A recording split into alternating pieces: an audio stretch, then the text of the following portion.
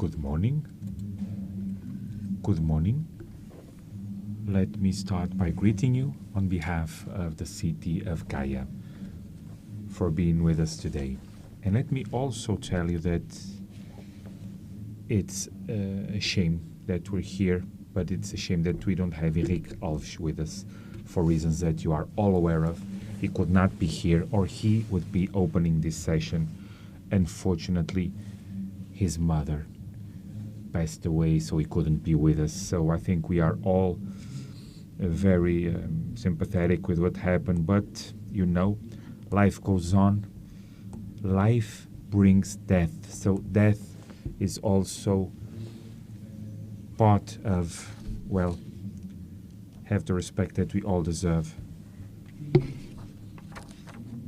On behalf of the city, let me wish you a Congress that will be very successful, I'm sure, and to say 2 or 3 words connected to this subject, which is what we have now.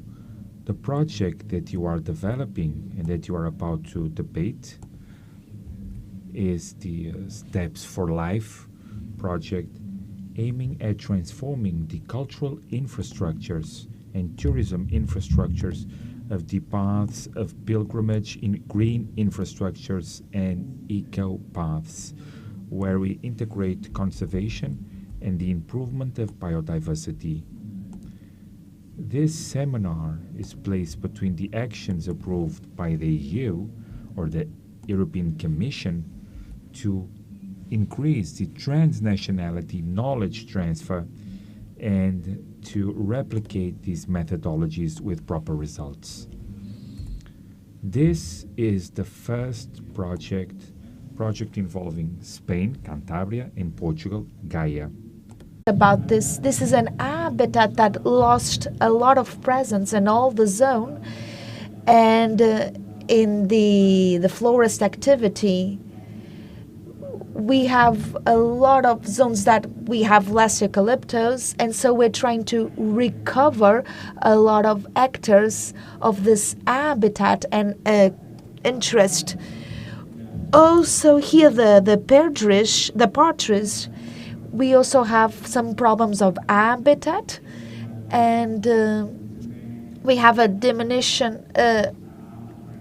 So at this moment, we have some problems here in this zone where the partridge is its natural habitat. So at this moment, we want to do selective process to have this zone. We want to take off this. We want to improve the production, for instance, of plowing, so the partridge can feed. And at this moment, we made some surveys, and I don't know if I'm able to put this video. If you can see this video, it would be nice. It's a video in which you see how you can see some partridges there, and maybe we can see it later. And then we have to take some measures here in favor of the Hippodarctos, and we have did 2 actions here. We have a special zone of conservation, and where we have some very interesting colonies with bats, with small and big. And the actions that we do and what we want to do, we want to make everything adequate, and we want to make all the information that's necessary so people know what we have there. We want to make ponds so we can have water close, and so that can have food.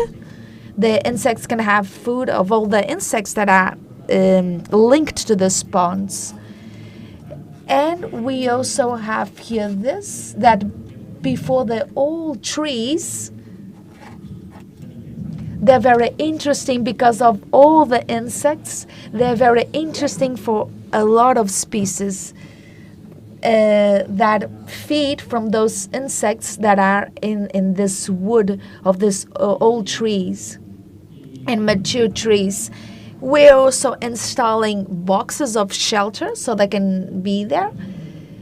And we also have the bear, that's very an emblematic species. That is also a goal here that we have here on this zone. The ways of acting that we're going to do in this project and that we're always managing at this moment is to finance all the producers of plowing so that we can help them and to solve all the problems that we have there at that zone. We also helping them on other things, but at this moment it's this. We also have some sensible zones where we have this path that there are zones where the bear moves a lot, and so we want to put the ones that are walking there, and so that they don't disturb so much the bears. We also have some routes that are designed, but we need cooperation and some paperwork. We also have to inform everyone that's walking there how to act if they find bears for their interest, but also to avoid any disturbance. And the last action of conservation that we do is we control all the species that are invading, and we try to avoid every vegetation that's there invading. We have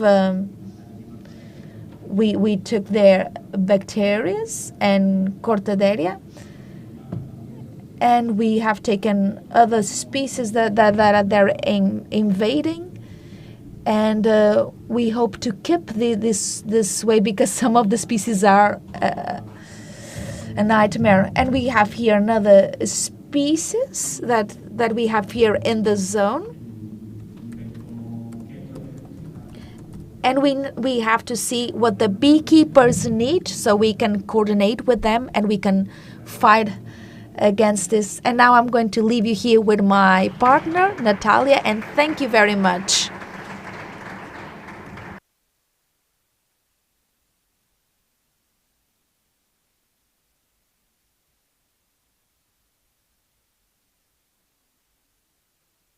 Good morning, everyone.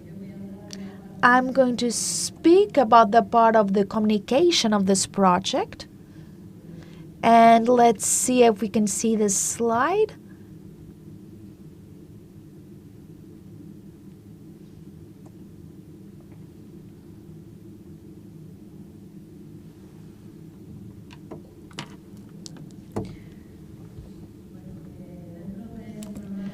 In the project LIFE, financed by the European Commission, they give a lot of importance on how to of this project. This is a way that the public opinion can understand the values of the conservation, biodiversity, and that the environment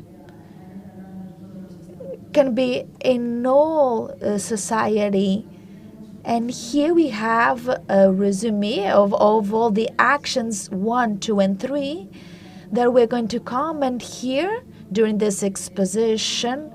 Everything is in the web page of this project, that is Steps for Life project. And we have created an ecosystem, a digital ecosystem, where we share everything that are the news that we generate of this project. We also have all the information of what we do daily, of the conservation actions that we do to try to improve the environment education. We also have a newsletter that we send every 3 months to more than 6,000 subscribers.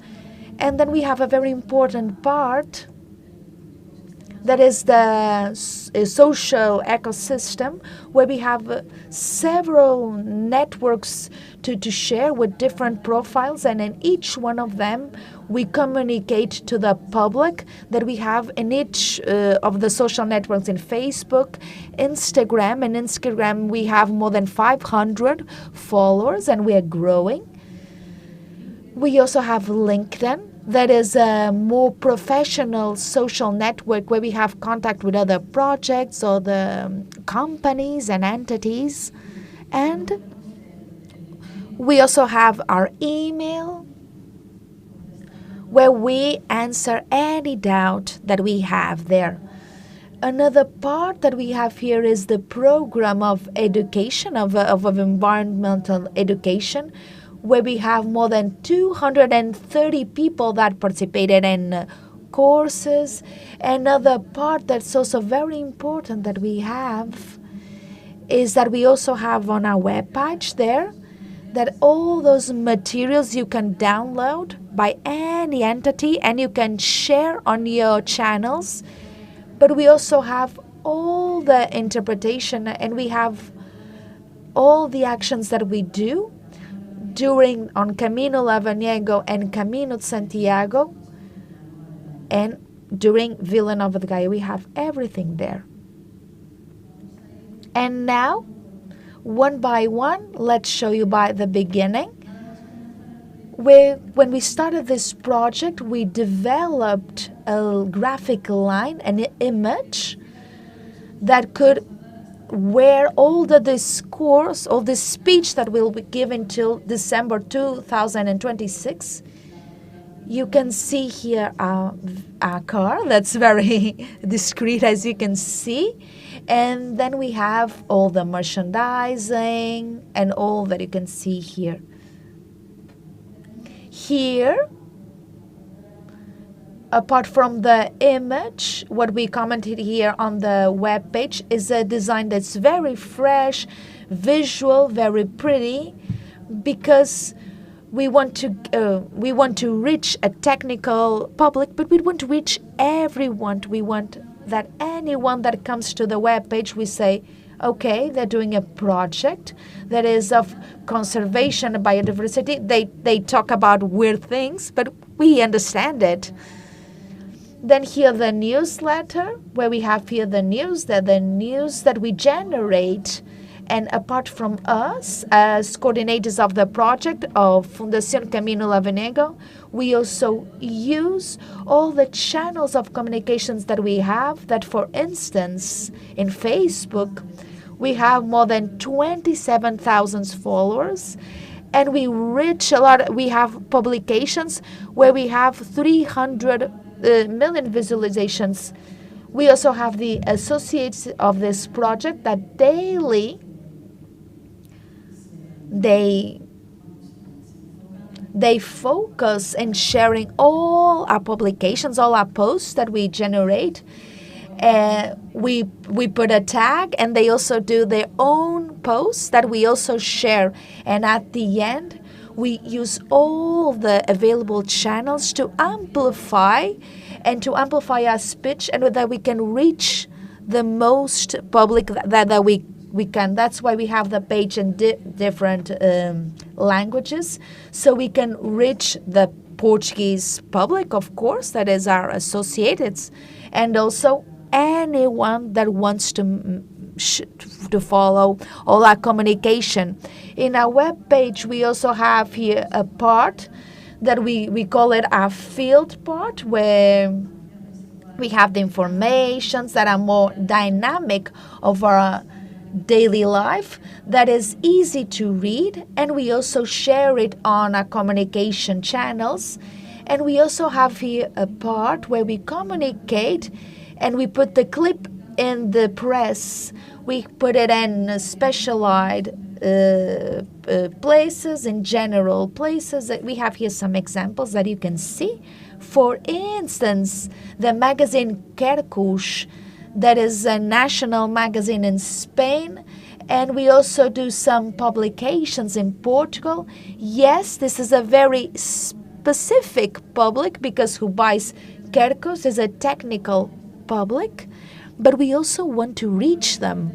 And then we have other places where we there, Diário Montañés, Infomo, Cadena Ser, that is very important in Spain, F, La Vanguardia. And through the government of Cantabria, we have here another newspaper that is very important. And all of this helps us to go more in this Camino, the pilgrimage, and we follow this Camino Lebaniego and Camino Santiago in Portugal, talking about conservation, biodiversity, and transforming this route in a green infrastructure, and in a speech where we include the important of all the heritage, the cultural heritage, the gastronomic heritage. So this is a speech where we try to put everything, we want to put everything there. And something that is also very important, and we try to focus a lot, and we can go on a vacation. A vacation, we can demonstrate what we do, and we can reach more people. Here in Vila Nova de Gaia, in the biological park here, as we can see here, we have of the project. Apart from all the online material, we try that everything can be online, but we also have offline material to share with the public. And we also have here an example in Vila Nova de Gaia. We have here an example of one of our partners here of the tourism of Cantabria. And here we have been present, and we had presence in the ferry. We also had presence in Naturseed, that has about 12,000 people coming, and this next year we're going to be in Fitur, in the biggest of them all in tourism, where we have more than 200,000 people coming. So it's a perfect place to communicate and to keep sharing the speech of the conservation of the biodiversity. We social network here. The social network, as everyone knows at this moment, they're very important. All of us have to be there, whether we like it or not. So we have their Instagram, LinkedIn, Facebook, and Twitter, because are the ones that we think that are most important and that have more followers at this moment. In each one of them, we communicate in a different way, because the public is different from Instagram and LinkedIn. So we adequated. And also to make them more dynamic, we make some campaigns, as you can see here. We made a campaign for living a wild experience. Then we share some publicity, we generate engagement, and people start to participate, and we have more followers. And we also give prizes to our community, to the ones that are following us, so that can be aware and they can tell more people. Another part that's also very important is the public awareness and communication. We have here a program of environment education, where we have classes, and we have here the youngsters and the children. They're a vector of communication with the society, and they have this role. It's not only for them, but they are for everyone. They are for the future generations. And here we have some examples. For instance, in Bjorna, that's next to, we did here a plantation. Here in the Biological Park of Gaia, we did several activities with the children. And something very important, this is done thanks to a collaboration that we have with the Red Cantabria that make part of this, because we cannot do everything, and so because they help, we use them to communicate to children and youngsters. Here we have all the information that I was speaking before. We have it in paper and we also have it in digital. Here, what you see here on the spots, we have 4. We already did the design of 8 or 9 posts that we're going to put them during all to inform the people all the actions that we are doing. Because sometimes people just see a pond, but we have to teach them that before we had nothing there. And why do we do the pond? Because it's not only for the species goal that we have, but all the other species that follow inside that umbrella and that can benefit from this work and from this goal that we have. Management of the old trees, creating ponds, and the importance of the dead wood, the importance of conserving the old trees, the great importance that this adaptation that we do. And now, not only these are tools and a small infrastructure to give water to drink, but now amphibians, reptiles, and now they don't die there, and they don't contaminate the water. It's not only for the insects; it's to benefit everyone, because the local population is very important in this project. Here we have Enrique in some of the works, and when all the team in all the Camino of Santiago. Here in Vila Nova de Gaia. Here we have other actions that they did of construction with insects. And some other things that is very important. There's some courses that we do of interpretation of all of this and of routes. We did this year 5 routes, that the ones that we had in our project, in the milestone of our project. They were total success, and we did 4 courses here. That was done by someone that's very important, that is Maximus, and those courses, they're very technical, very specific, and they go directed to a very technical and specific public. Here we have Marta, we have the Nature Cantabria, and we have all these guides that acquire all these knowledges, and then the routes that where they do the interpretation, they talk about our project. And this is the last part that we have in the project, that is the creation and management of, where this is going to be a net where different countries are going to be part, and they're going to manage the routes, the routes where they're going to make part of a forum, and between all of us, we're going to share knowledge so we can learn from one another.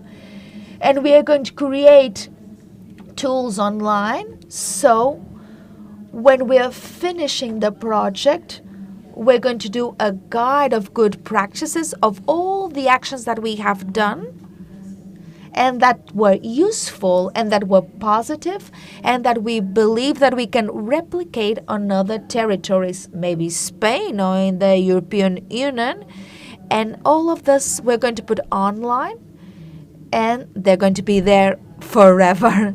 And they're going to be in the page of Steps for Life and on the page of Camino Lebaniego. We also have the seminars where we're going to share experience, and we're going to have several people and that we have until December of 2026. And this is all. Thank you very much. And this is all for the biodiversity. Thank you.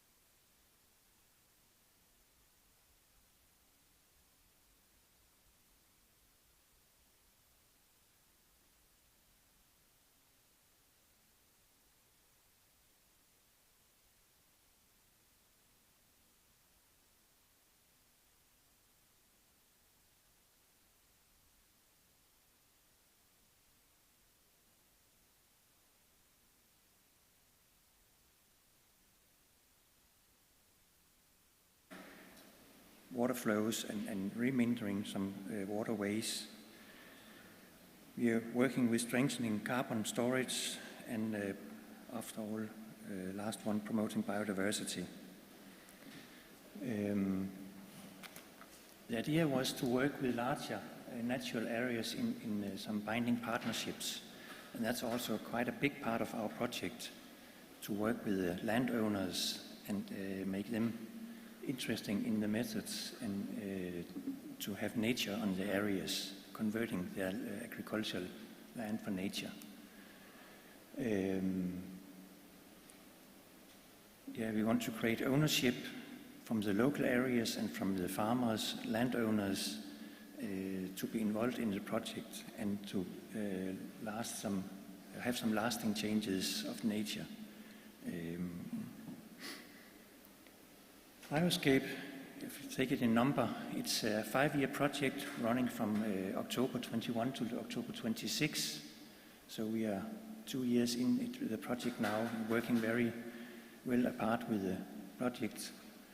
We have a total budget of 5 million euro, where EU Life Project give us 60% or 3 million euro. We have the municipalities, and where I come from, the region, paying a part of it, and we have some private funds or private owners to put money into it as well. In the project, we are 9 partners. We are the region as an overall manager of the project.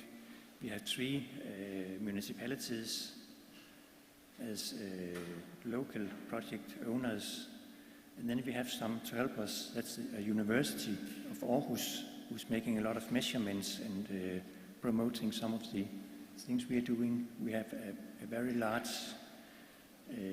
private foundation, Danish Nature Foundation, working for nature improvement and sustainable nature. We have agricultural advisory, and then at last we have the EU part of it, or international part. We have collaboration with the European Landowners Organization, which is an umbrella organization working in Brussels.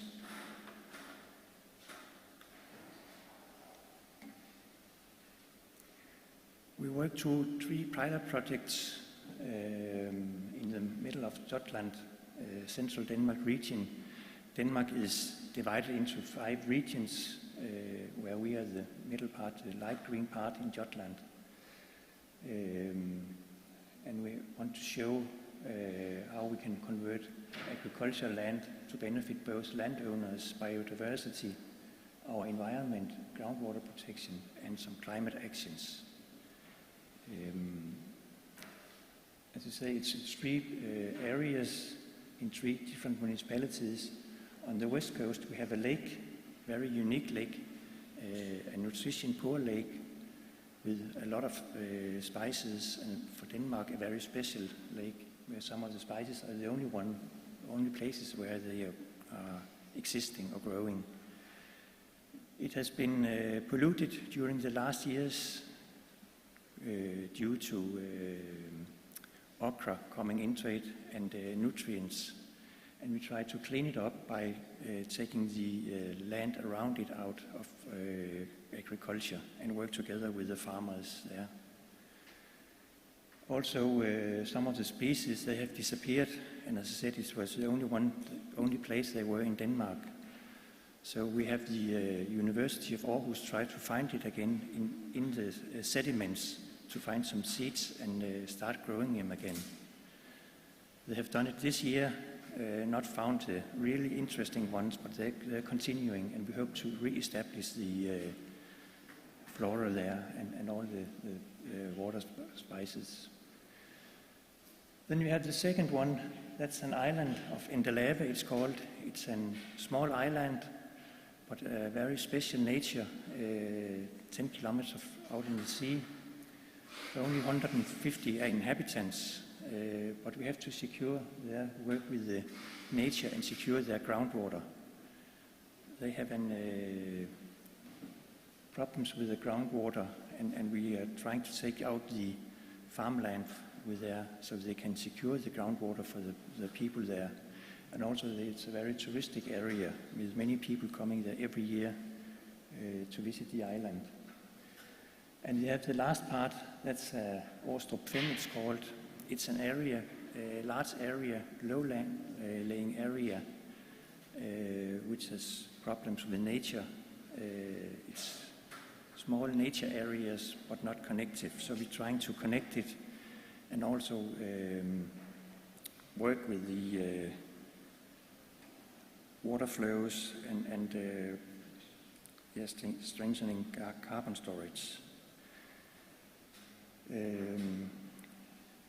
A big part of the project here is the way we talk or speak with the farmers or landowners.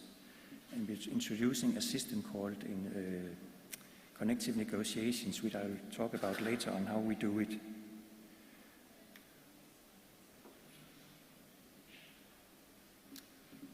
We use a tool called multifunctional land consolidation as a means to restore the nature and productivity. And that's a way where we go to negotiate with the farmers where they can change the soil, buy and sell soils or land, their fields, to have the fields more connected to each other, and a way of promoting it. We have a holistic approach of dialogue with the stakeholders' involvement. That's the local communities. We try to make nature restoration effects, and teaching nature conservation to farmers and learning pathways for agricultural students. And also we have learned that that's a very important way, that the farmers, they need knowledge, they're very interested, but they need knowledge about these things, and how to restore the optimal hydrology. We try to promote grazing areas, to have fencing together with all these areas and the farmers, and have put on some cattle and sheep and so on to keep the nature there. And then we have some soil depletion and insect promoting measures. Also, insect promoting measures is very important for our project.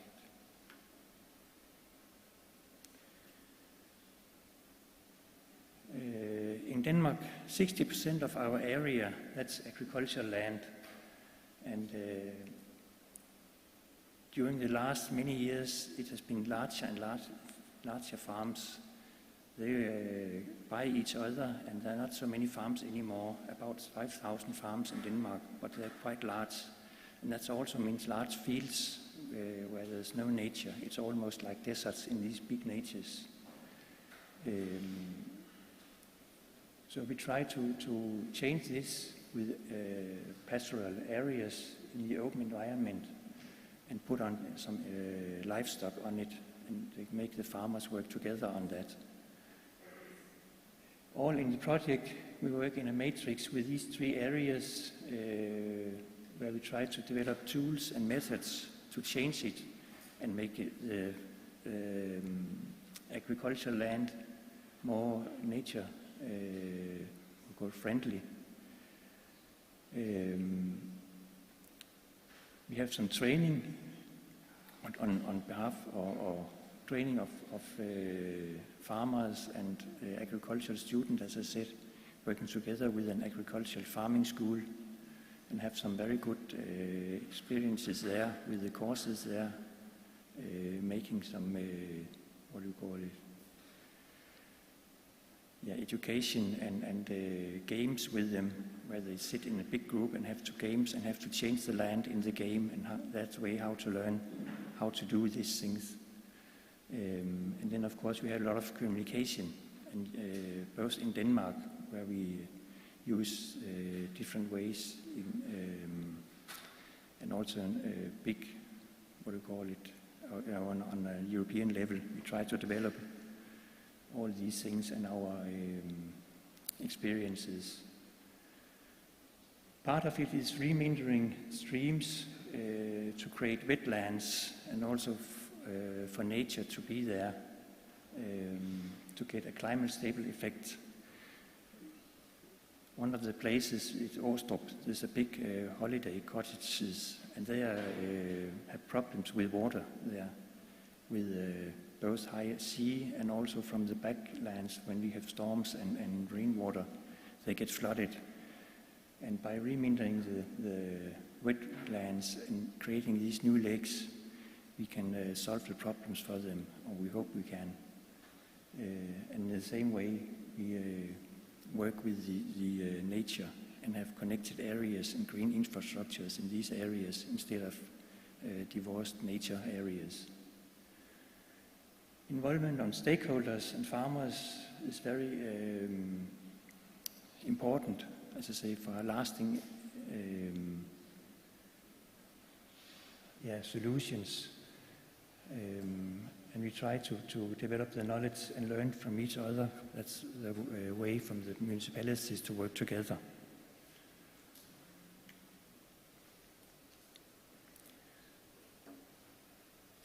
One thing we're introducing here in the project with a very good success, we think, that's a system called connective negotiation, or it's more a philosophy than a system. And that's a method that can be used many places.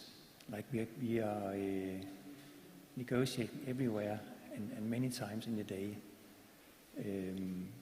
But the connective negotiation, that's a system developed in Harvard University, and then it has been changed to a European way of thinking through a Dutch company called P2, which we use as consultants in these areas and make workshops with them. It gives the possibility for added values in the negotiation and in the collaboration with all the farmers and the stakeholders. And it makes sure that we get all the way around when we talk with people and not leaving anything back, so we can have some holes or left things. The important thing is that it focuses on interests and not standpoints. It's much easier to talk with people about their interests and in that way work together with them. And then it builds on, as it said here, 5 essences, which I'm going to talk about now. As I said, focus on interest, not on position. Position, it's very easy for people to say, yes, I want to collaborate, or no, I don't want to do anything. And then it's very hard to go on with it. But interest, you always can ask people different things and see how they can work together. So you have to know the interest and the different interests from people and from landowners or whoever you are negotiating with, and what you want to develop in the area. By talking about interest, you find out that you maybe have something in common, and some when you have said no, you find out 2 neighbors, they can split together and have common interest anyway. And the way you do it, it's more important how you speak to people and how you ask them to do something. Find out what is their interest in, why are they saying no, or what can they do,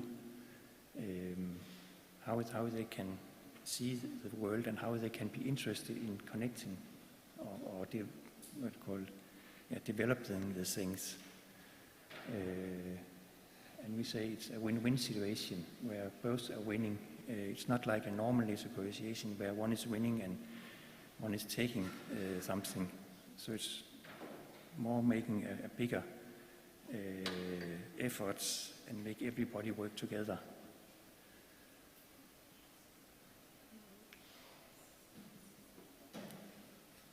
And by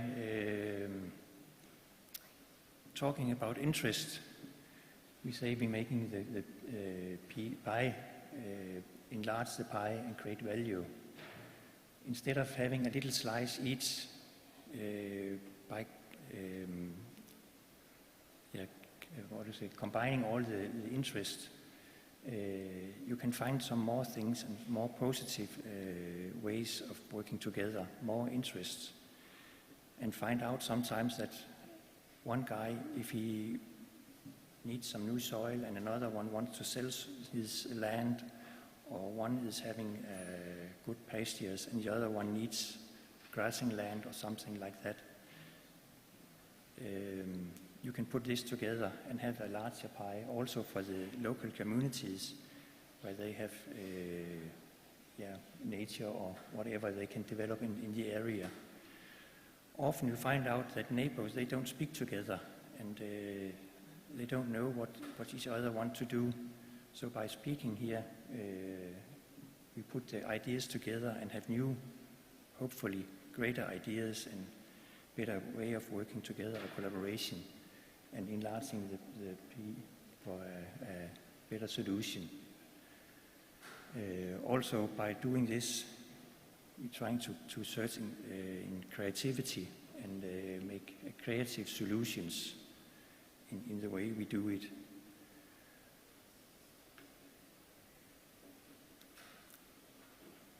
To make these negotiations, you need to focus on what is the partner, or what is the best alternative to a negotiate agreement. You have to find out what can I do without an agreement, and what is my plan for these negotiations. Also, what is the other ones? What are their plans, so you know how to speak together with them? What are their ideas, and how can we meet on these plans? And what will happen if we don't get an agreement? What is the plan B if you just stand on your point and you don't get an agreement? So that's also important, to have these best alternatives and find out what it is.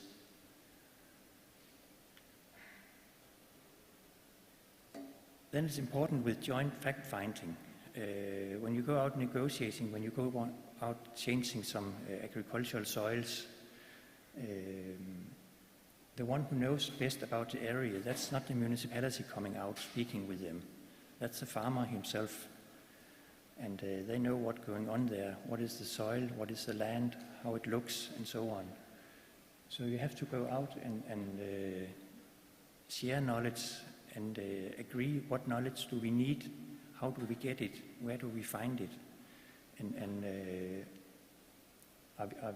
can we agree on these knowledge?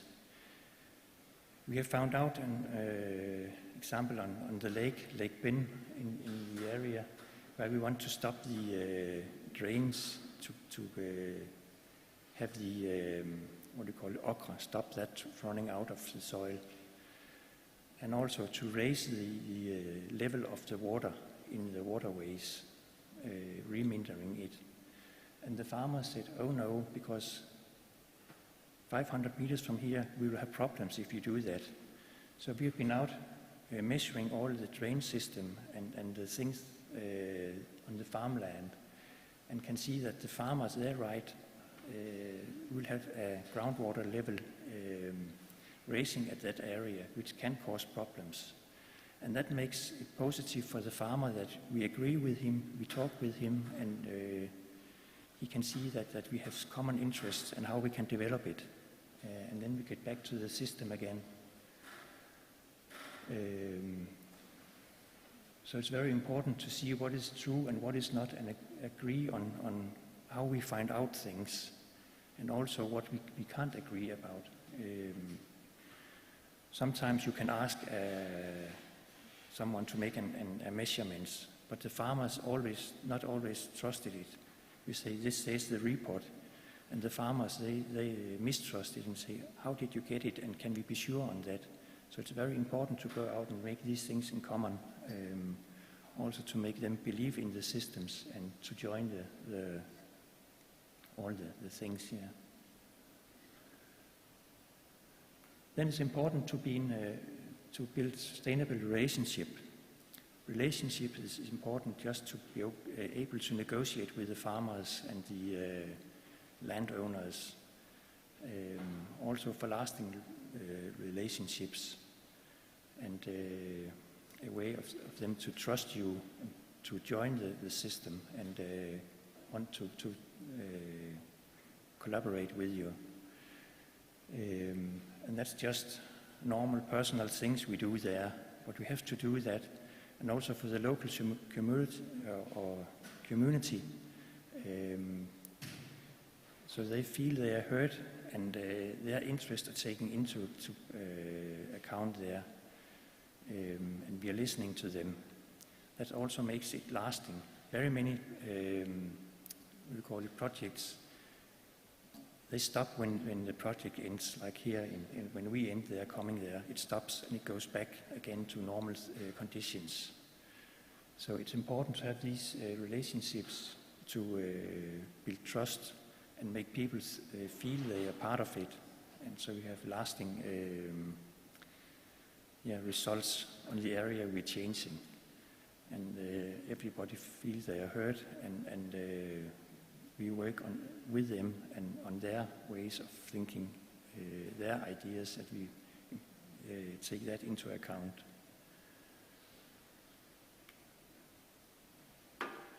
So that was a quick way of talking about our project. So thanks for attention and thanks for inviting us here to talk about it.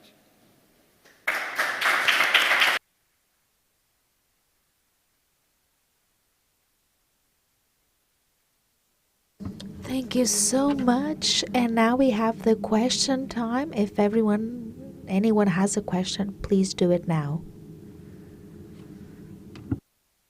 And I will make a question. For your experience, is it tough to deal with these landowners and with these farmers? Do they contribute, or are they willing to contribute, or is it difficult?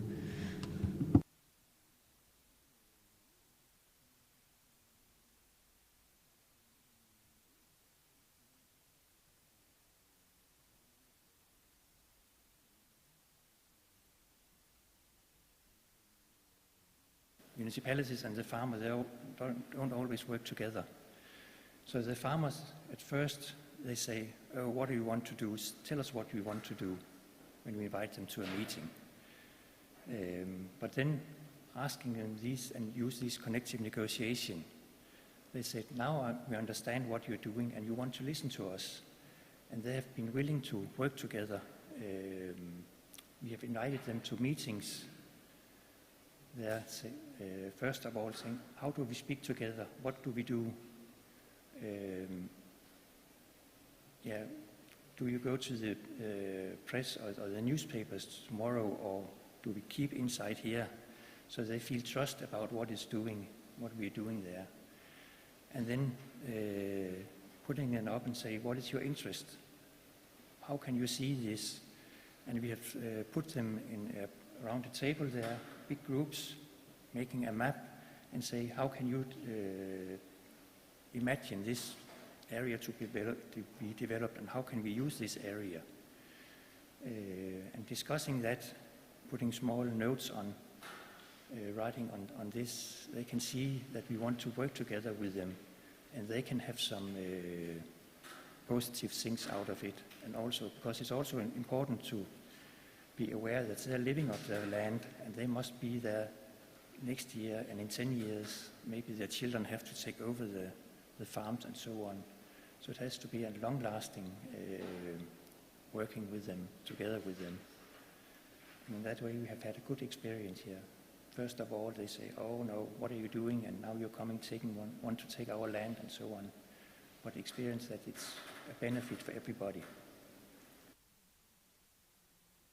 That's great. Thank you so much. Thank you, Rita Gumbard. Thank you very much. And so now we have the coffee break, and we will back at 11 in 15 minutes with another guest speaker. Thank you very much.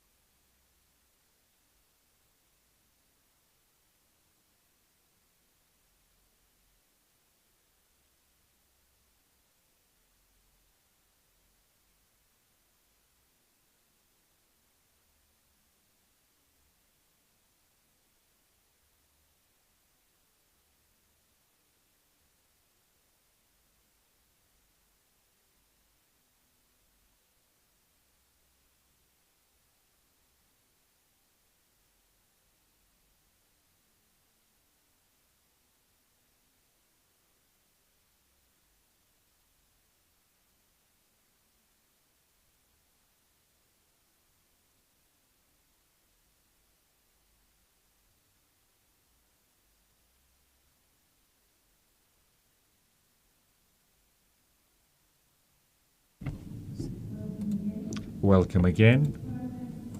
For our next speaker, we have Bernabé Moya Sanchez. He's a renowned botanist and international expert on monumental trees, mature forests, and biodiversity. And he will tell us about the management of monumental trees and their importance in the ecosystems. And next, Alberto Uria. He is a senior technician of natural environment. Let's give him a warm welcome.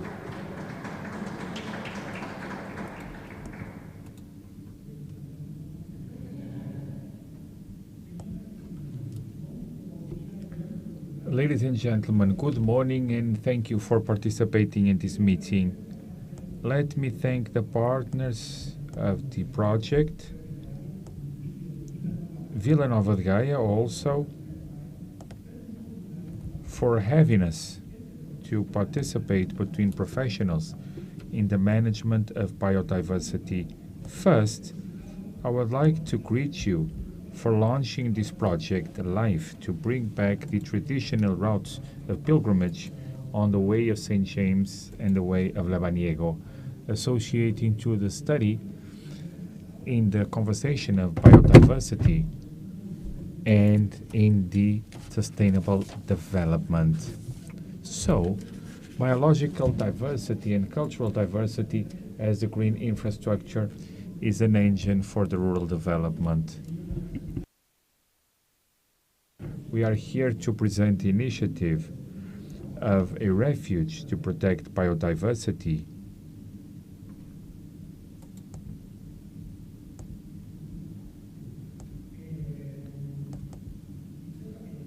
And as I was saying, it's a refuge, a protection of biodiversity that has developed for many years in the province of Lugo. I have Alberto Uria, the promoter of this all and of what happens in this area of the Cantabria Hill, with an initiative that has a lot of common points with the project Steps for Life, and that it counts with great scientists of our country that we are about to present on my behalf. I'm a botanist. I speak Italian, so I do apologize for speaking Italian. So I'll give the floor to Alberto. Alberto, thank you. And I do apologize for speaking in Italian. Thank you, Portugal. Thank you. Good morning. I will speak in Spanish. I cannot speak in Italian. No Portuguese. So we must be aware of our limitations. So I will speak in Spanish. I'm here as a representative for the rural development, living in a room in Oviedo. And 15 years ago, I returned to the village where my father was born. 3 people there. But this is almost an empty village. So I've used the bees to return to connect with nature the same way that my grandfather has conveyed, with his respect, with his protection, with his wanting more. In the field, in the woods, I am a bee farmer, pollen and honey, and this that I have is my tool to change the world. As everything in life, you can make food in many different manners. You are like a small producer and you choose how you want to do things. My big reference in life was my grandfather. My grandfather used to bring me to the woods, telling me that, well, this is somewhat the most beautiful thing that I can leave you. So now you take care of it, you keep it for the coming generations. The concept of the woods as our home is the reason for what we do, and a bit of what the project that you are to present here today. 6 years ago, I decided to try and create an eco museum for traditional beekeeping in the mountain between an area with the brown bear, and to rebuild part of the house where my father was born, in order to create an eco museum that can be visited, where depending on the time of year we have some things, and then defining the work of the beekeeper, learning how to handle the territory, carpentry, botanics. It's very stimulating and beautiful.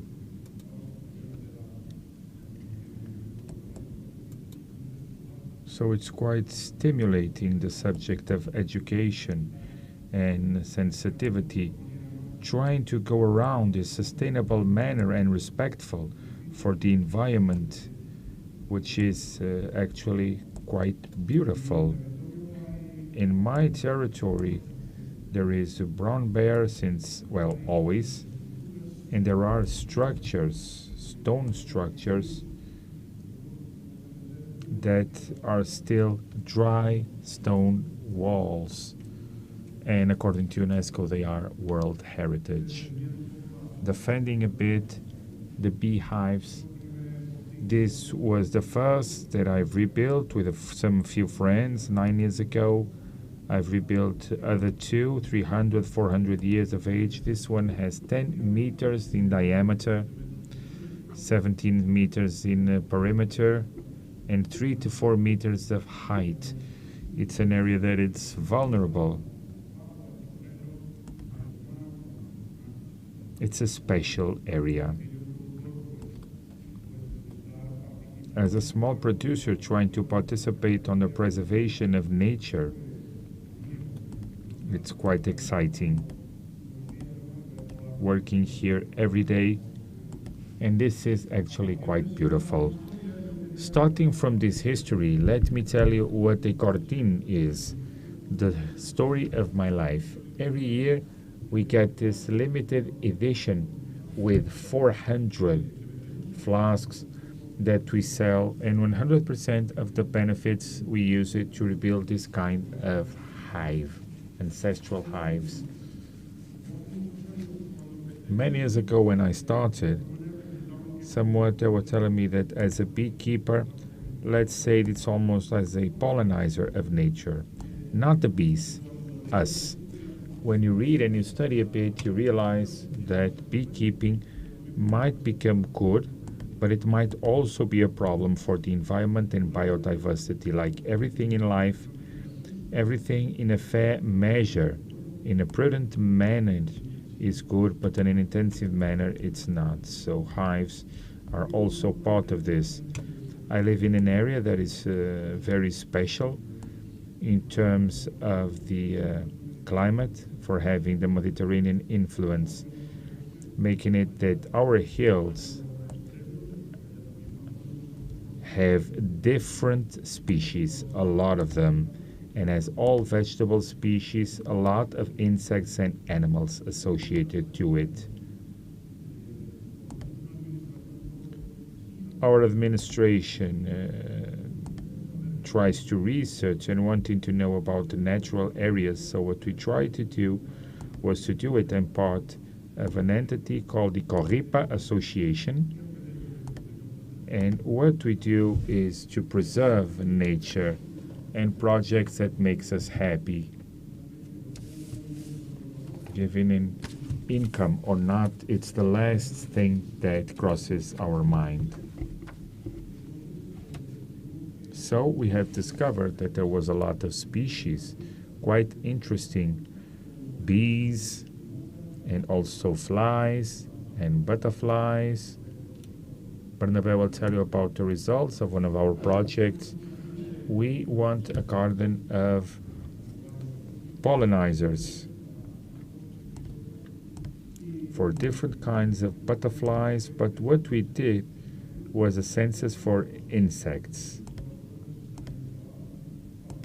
where all of them are favored of respecting the full cycle of plants so that they are a bank of seeds, studying the interaction between the different species. In my village, I have research in taxonomy of insects, and I have 144 different kinds of bees. Some of them are quite small, some of them are in danger, but they are not in the catalogs because insects, it's quite difficult to research, so they are not part of the list of threatened species. And this is the garden of pollinizers, and what we did was try to recover items that have been trying to put in value the culture of rural, trying to put it as part of the solution. These are different sciences that helped us when trying to lead this speech further ahead. Félix Torres, one of the best taxonomists of insects, and also the president of the association, Fernando Folho. A naturalist painter, Afonso Esquivel, biologist, and Minor of Asturias. So we created a book that I know that you have in the foyer to tell about the values, the natural values and of preservation that we were taught by our elder. And the last weekend of April, if you want to put it in the agenda, to scientific dissemination called Science at the Village that we celebrate successfully. 3 people, and last year we were 130, and usually it's quite stimulating because we have researchers and it's the idea do it the same with Alba. The city is where we stand, the cultural definition, trying to return to put in value. We have a project that we are developing with a sensor of pollinizers in terms of Galicia, discovering many species in the north of Spain, and agriculture.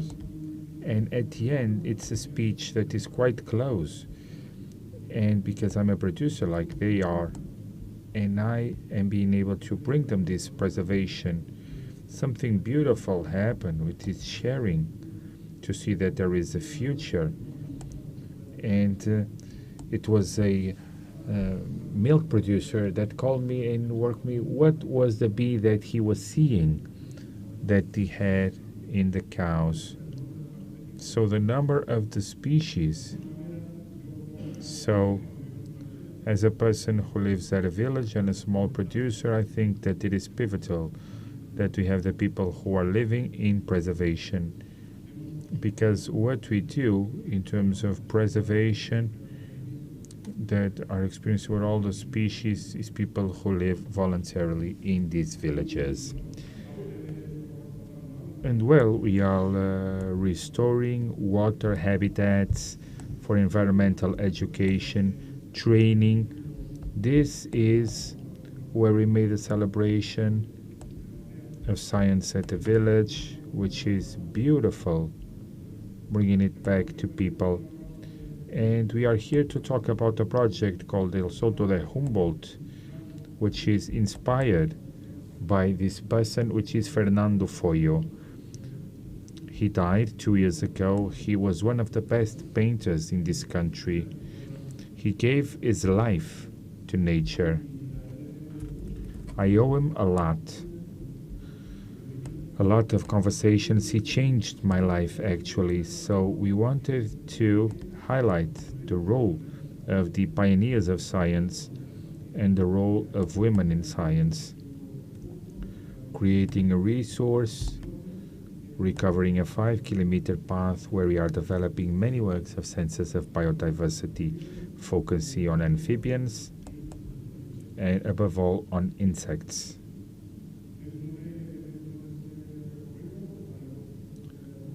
There are two types of science. On the one hand, we have created bees, especially to, like Antonio said, the role of the bees for our hills, and also to talk about the great diversity of insects that we have. And on the other, with the Science of Avidespau, we have many areas that are dedicated to all these great pioneers of science. Well, of those who live there, what we put there, and as you can see here, this is a territory that is especially vulnerable, which is not in Asturias or Galicia, and sometimes is both things. So this is the first that Asturias and Galicia are agreeing on something. They saying, I don't invest anything, and the other side, I don't invest anything also. So it's quite hard, because we do feel the nature with passion. We want to work in preservation when we cannot in our territory, and the administration is not doing it also. So for me, this is not a difficulty, this is a challenge. Everything is yet to be done. This year we have identified 274 species of different insects. We are aware, I mean, you're not aware, but they are threatened species on the interest of the biosphere. We just need to bring data with 2 insects that are catalogued. In the area of the project where we stand, and we are working in this project, in the Humboldt is the area where we work. And a picture is worth more than 1,000 words. Let's watch the video. Thank you.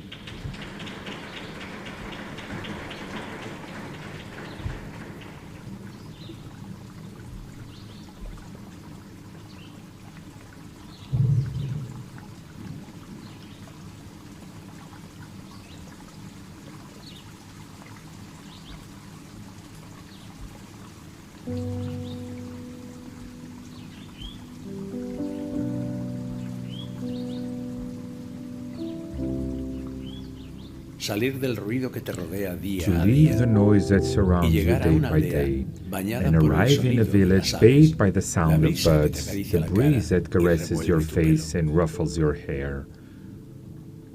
Sentarte en una To roca al sit sol on a rock in the mientras sun, observas los while castaños watching the centenarios, centenary los rastros del chestnut corzo y el trees, the jabalí, traces of roe deer and wild y boar, las marcas de las and the ilusiones marks of the y los sueños illusions de las and dreams personas of que the habitaron people estas who tierras. inhabited these lands. Igual esto último Maybe the te cuesta latter verlo, is pero hard tu for you to imaginación see, es but mucho your más imagination poderosa, is much more powerful, so que much hasta so, eres capaz de so escuchar much el so golpe that de you la are azada even able to contra la hear the tierra. thud of the hoe against the earth. Eres capaz de Are you sentir el able sudor to de tu feel the frente sweat of your trabajando de brow, sol a sol. working from sunrise to sunset? Te rodea un ecosistema, You are una surrounded forma by an de vida, ecosystem, unas a way of tradiciones life, que no debieran traditions perderse. that should not be lost. Si has podido If you sumergirte have en been estas able palabras to que acabas immerse de yourself escuchar, in these words you just heard, podrás entender el you will be porqué de la able to asociación understand the Corripa reason for y the el Souto de Humboldt. Riparian Association and the Soto de Humboldt.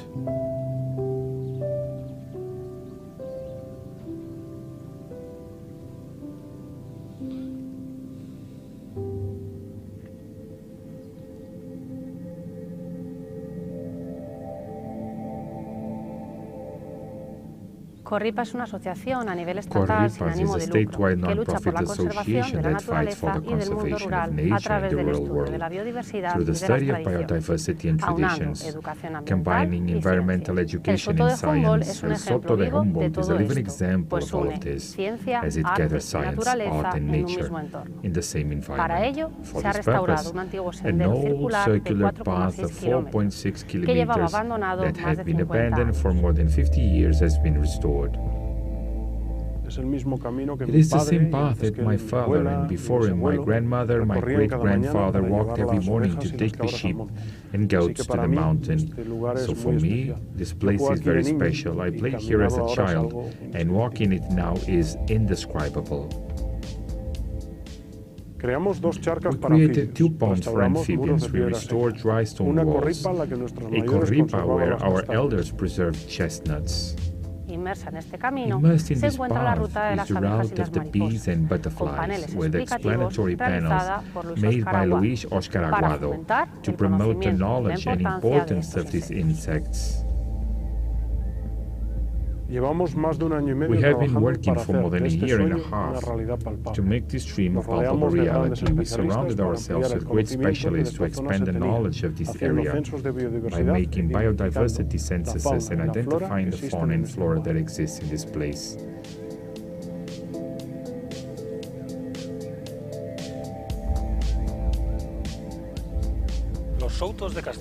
Chestnut groves are an essential part of the rural, cultural, and environmental landscape of the towns and villages of the interior of the north of the peninsula. Forests of centenary trees of large dimensions from which the rural population have obtained valuable resources in a subsistence economy, chestnuts, wood, and fire Humboldt. Amphibians are one of the most endangered groups of vertebrates on the planet. The causes of their decline are many and varied, but the main cause is habitat destruction, both of the terrestrial habitat that take in use and of their breeding habitats, this abandonment of traditional livestock and agricultural activities has led to the disappearance of small irrigation ponds, which, apart from being used by humans for their agricultural and livestock activities, were also used by amphibians for reproduction. With Dr. Roberto Hermida, we confirmed the presence of 12 species of bats in the forests of Robledo and Penada Nogueira, some of them rare in northern Spain. Bats are a very diverse group, the second most diverse group of mammals in the world, more than 1,400 species. So there are many typologies, many morphologies, many different ways of life, and they are a group of great ecological importance because they are the great consumers of insects, especially nocturnal insects, and therefore the great regulators. And this has a very important impact on the functioning of ecosystems. The context is very good for bats, an area climatically very good for them, which still has interesting forests, also concavities, in fact very close by there are caves that harbored important colonies of bats. With all this data, we have just expanded the knowledge of species that we had to date of these mountains.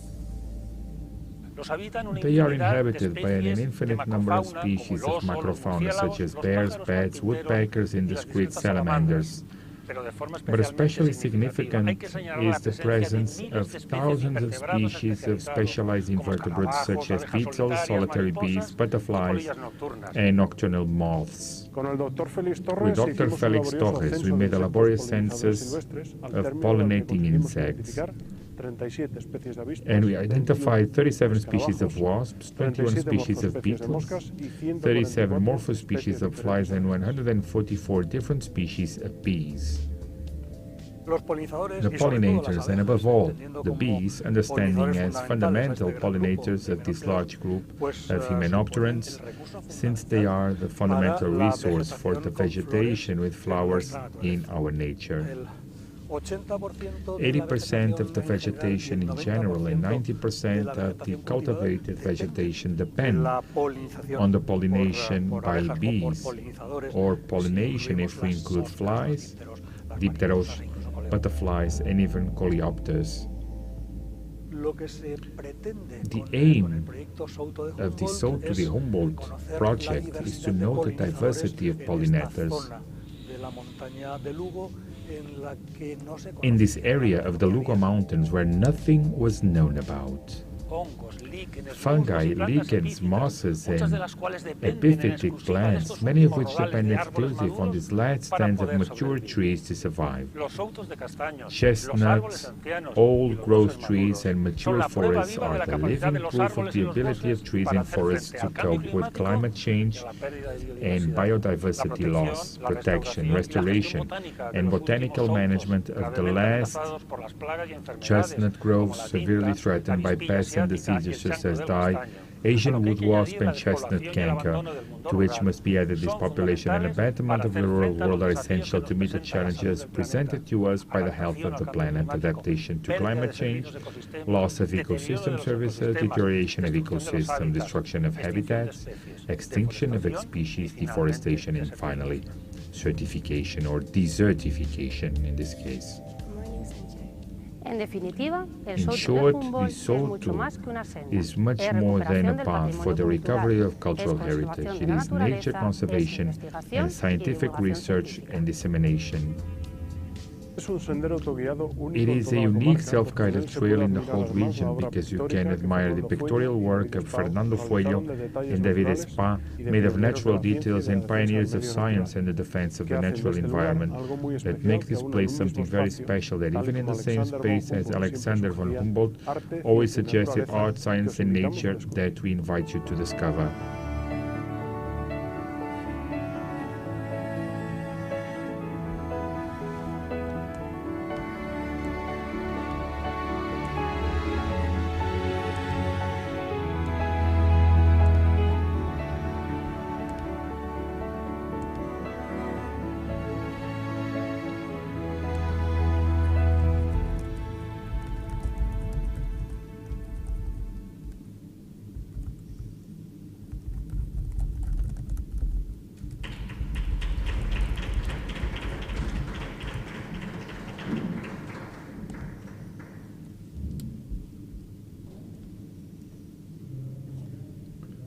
Good morning, thank you.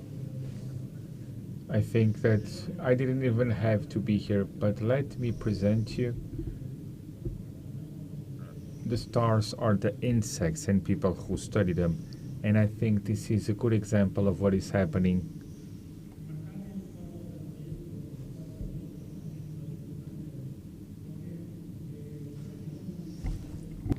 To frame this project is very important because the idea, we're talking about biodiversity to natural habitats, the fauna and the flora. And let's start from micro to micro, and we have another element that their ecological process. We have the potassium, that are not only in the species, not only at the habitats, but all those elements that make everything work. We talk about the oxygen and other things, but there's another very important part here. There's a very important part that we are not speaking about it, where the plants have a lot to say. So what are the challenges, the goals of this project? We want to identify the Soto, but what is it? What is its extension? What is its value? We have to improve. We need to know where we stay. We need to go something that is truth. And in the case of Alberto, it's very easy. And this is the great advantage that we all have, all the researchers. Because what we need is people that are in the field, that have all the preparation, and Alberto is this type of person. We will speak about the risk, the threats, and we have to establish guides and criteria to the study and all the values of the monumental trees and chestnuts. Sometimes we spoke about them like out of the reality. They were not interesting for the botanics to anyone because we just thought they were old. They gave fruit. So now we're all interested about them because they're very important. And now here we have on Soto de Humboldt. As you can see here, all of this is a chestnut. And we need to look specially to this one and the other one that I will share. I'm sorry, I cannot listen because the speaker is not next to the micro, so it's impossible to listen. And the reality. So first, 80% of the biodiversity is dependent of the woods. So if we don't have woods, 80% of biodiversity disappears. According to FAO, the situation of the woods has gotten much worse. Why? Because we use it more, or we just abandon it. Sometimes we just abandon the management of them. So when we're speaking about woods, what are we speaking about in Spain? We're speaking, and once more we would request the speaker to speak next to the microphone, or it's impossible for us to hear.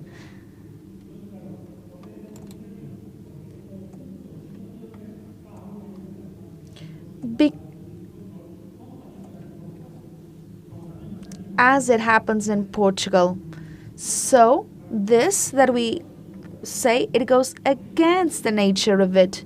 There's something also very important, and once more we apologize. It's impossible to listen to the speaker because he is far away from the micro.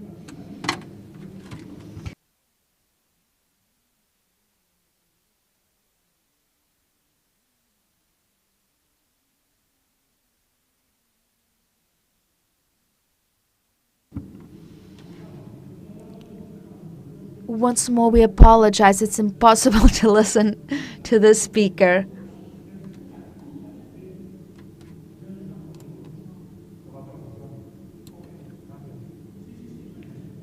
Okay.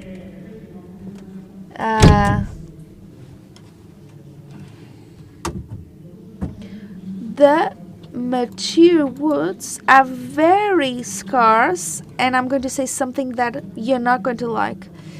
Maybe nobody that was here in this room, how we have been in a mature wood.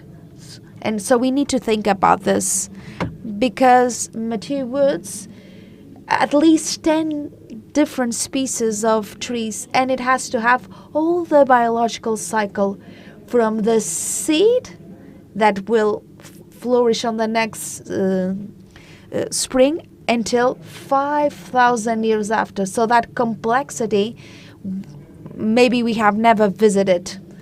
And I'm not going to speak about all the extension of this. So we have to be very careful to what we call the woods.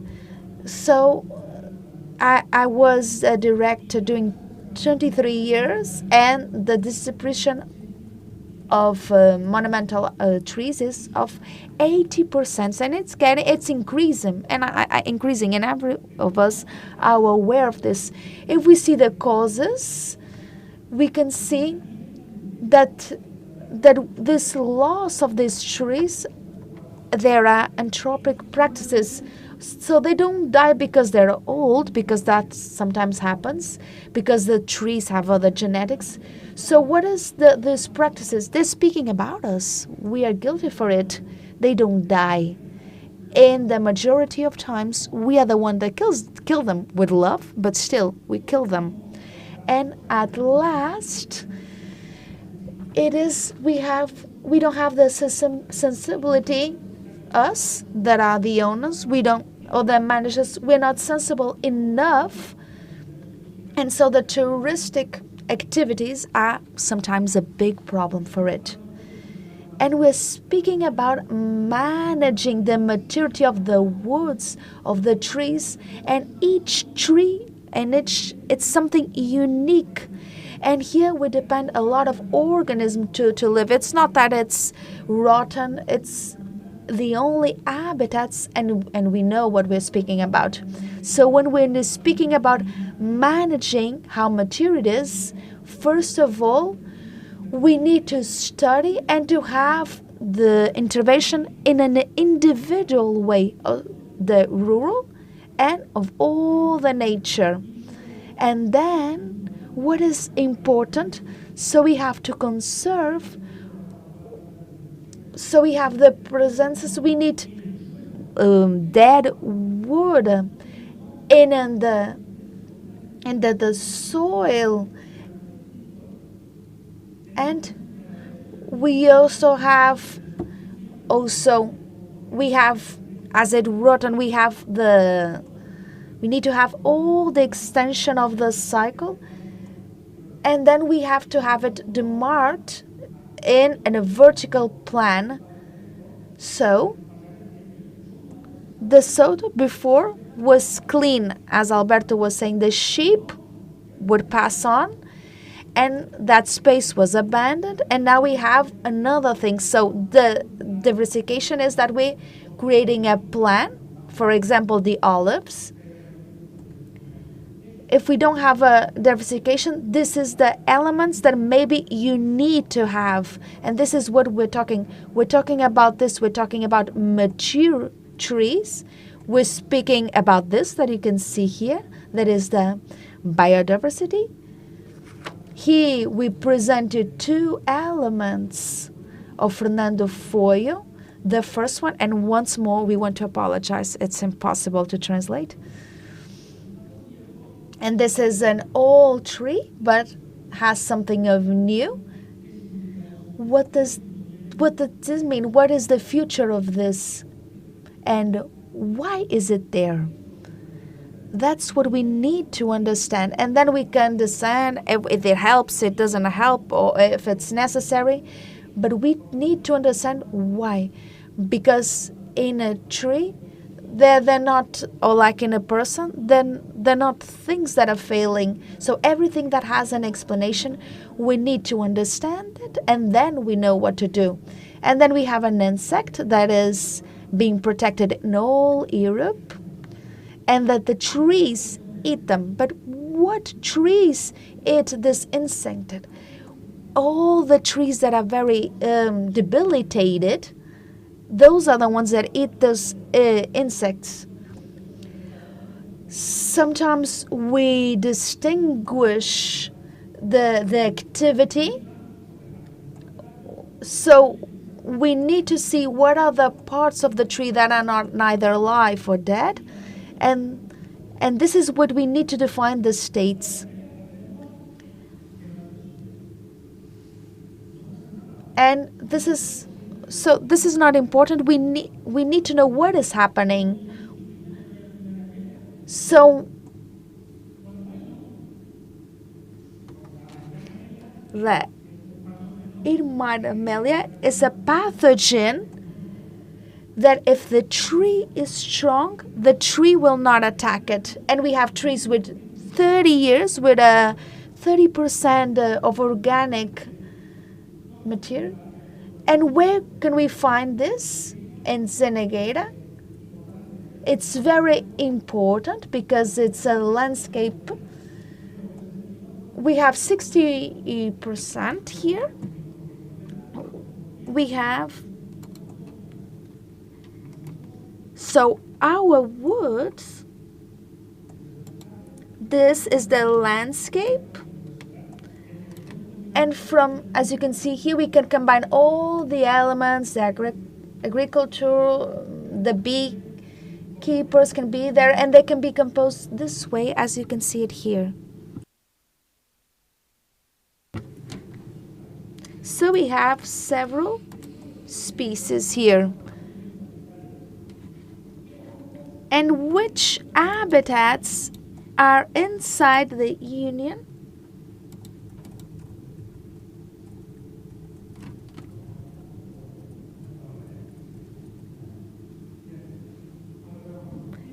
And now, what is of our landscape? And specifically, what we are in this situation here, as you can see in the graphic, and we have an influence of the Mediterranean. We have from the north of Europe, Atlantic, as you want to call it, and the influence of the Mediterranean, and it makes it as much as rich. They were And these trees were abandoned in the 70s. Here we have done the jumble, 73 hectares. The yews are made for fruit, honey, and they were abandoned in the 70s. Now they're fragmented. And what are the characteristics that we have? What are the elements that we have? First of all, we have trees with 2 and 3 meters of diameter, at least 1 meter of perimeter. And it's very important because if a tree has more than 1 meter, it is multiplied the number of habitats, microhabitants, and organisms that we have there. And this is a very good number. And there are trees that in reality, there we have them very small. There we have a chestnut in Portugal of 42 meters and a half. So this is the chestnut. That we do it is our responsibility, and we need to understand it. Here you have the mark, and here you have the path that has the Soto of Jumbo. Here we have trees, we have some exemplars, and then the studies of the biodiversity. That's very solid. We have here that it's very objective. And now let's see how this is working. Maria Sibyl Millen, because we're going to talk about biodiversity of this woman that created, well, she designed it, she studied it, and she traveled to the Americas to present it to the world. So this is one of the women that showed all the biological cycle that you can see it there. We have it all represented there. Well, to respect to the pollinizer insects, we have 181 species and morphoses, and then we also have the measures to complement the activity and the diversity monitoring and improving actions in styling of refugees, wild beasts, and lostings. And this is very important for the future. And then we can answer to all of this. We're talking about a scientific work. I don't know if the 200 or 300 the number of insects, but we do capture much more. The ones that sometimes we have doubts, we study them, we analyze them. So we're talking, this is biodiversity. This is what biodiversity is. And then because they're so small, Mr. Albertura, he designed it in a big. So now we are going to see the theme of the micro Telopteruses. 96 species, 4 are very scarce, and the chestnut of and the Trifusio dibiota is the part that is more important for this part. Then we have the measures of conservation, and then we presented you a little selection, and we connected it with the plants where they live. So when we're speaking about rubus, gallium, arbutus, all of these animals that we don't see on the trees and that we sheet there, we identify 53 species of Epidortis, which is very important in the ambit of the Mediterranean. That's very present there. This was one of the elements of reference. Then we have species, Abedulus and Spirosaldus. There are many people here. There are many in the trees. Here we have some examples, and now with the amphibious,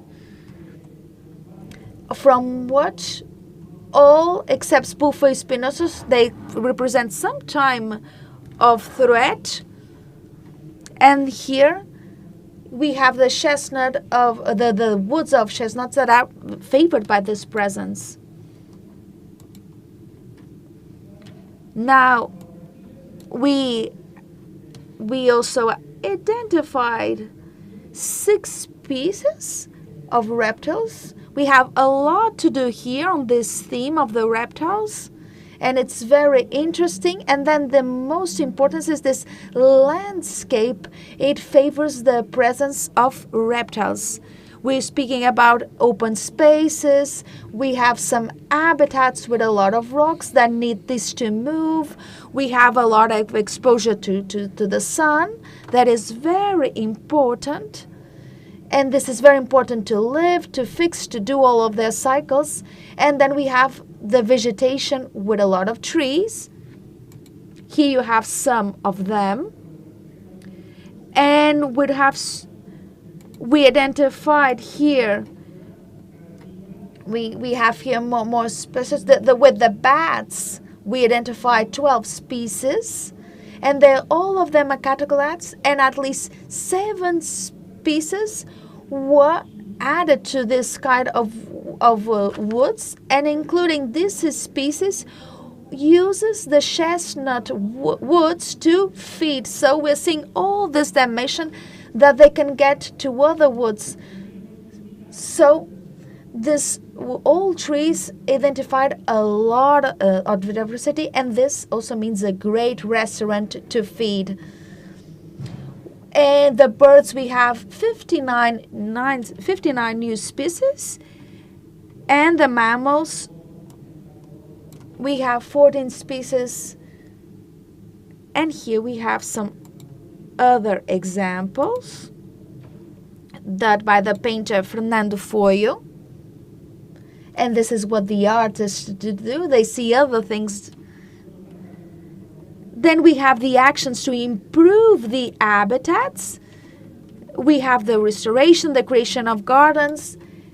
And we put there are 134 new plants so that the people could here meet new elements. We also have zones of woods, and we also have plants of garden. And this way we have a place where the people that can go, they can see all the insects that we find in this different habitats. Here we have walls. We have some ponds from the amphibians.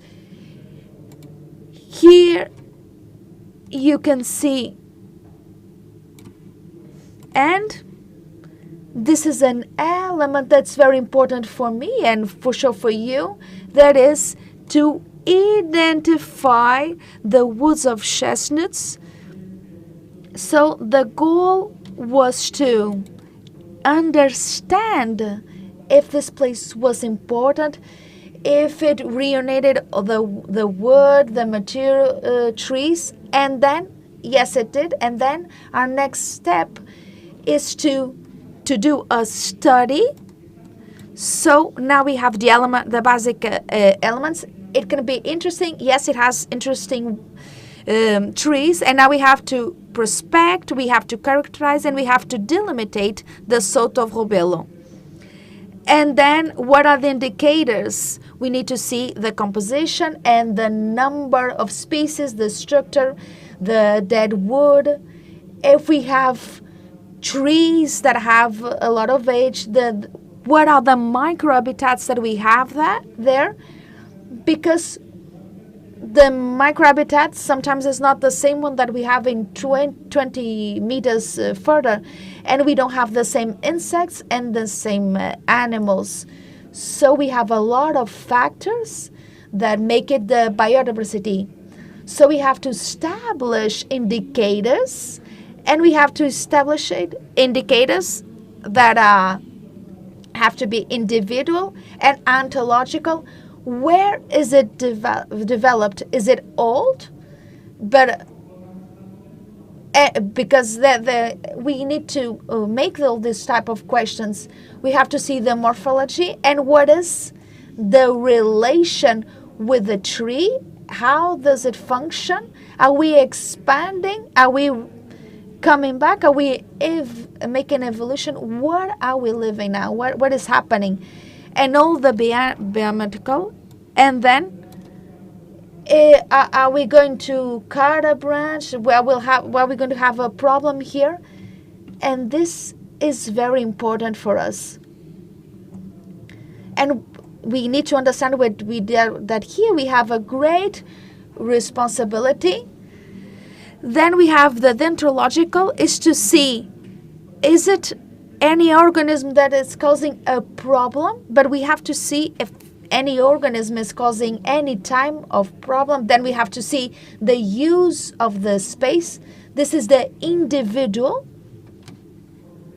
And now, with the risks and threats, whether they're multiplied as risks that are very important here we have. And then what are the curiosity here? Sometimes we're burning them, some they're going. So when we lose these examples, what are we losing? What is the impact? So we have here all the resources, we have the fragmentation, we have the destruction, we have the change, the landscape impact, and then at the end, the change and the way of living of the tree. There's no tree behind them that doesn't have behind it a person. So there's always someone that is responsible for that tree. So we need to look at this. These are some technical considerations that I would like to now consider. The first thing is that we need to guarantee through the adoption of prior measures that before we need to understand it, we need to guarantee adoption of prior measures, because millions of people are going to come. There are places that have been visited for more than 40,000 people that are being visiting. Can you imagine 40,000 hugs? So we need to order everything. Then the visits have to be controlled and safe, and it has to be in between 5 and 10 people. And you don't have to go to the bases of the tree. You can understand the tree, because the tree has a lot of stories. If you show a tree, you have to try and tell the stories of the tree. And how long does it take a visit to a tree? I spent days sitting, just looking how people behave with trees, because the tree doesn't speak to them. So sometimes they don't have elements enough to understand the tree, and we don't have the responsibility to bring that information, because we can speak about it hours. So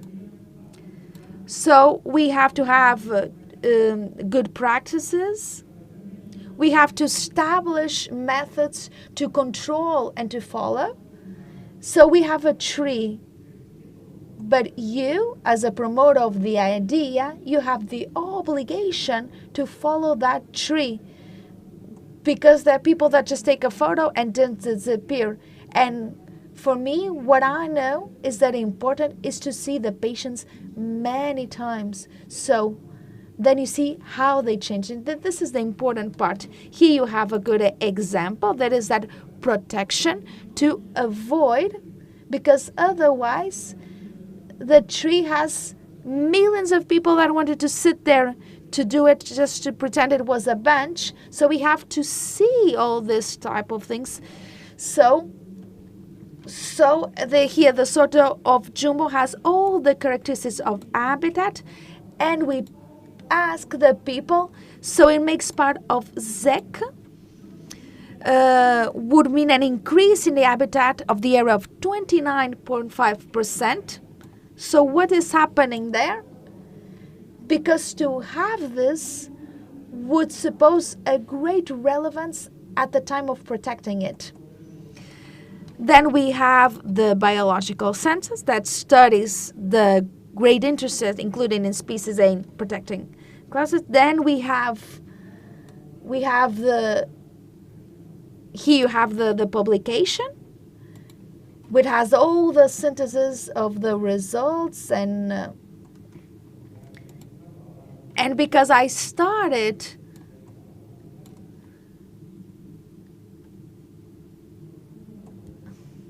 deep in the hidden fountain, meant to run with freedom, the brambles violas, and then the broxfruit to the Dexital's death was grateful in that desert place.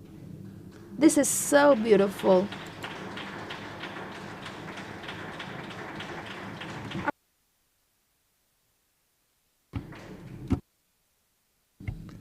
Thank you so much.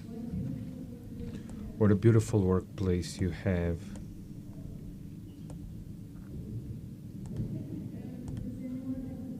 I don't know if anyone has questions. Yes? Please. We must wait for the microphone to have interpreting. Sorry. Without microphone, it won't be possible to interpret. We will resume as soon as we have audio in the booth.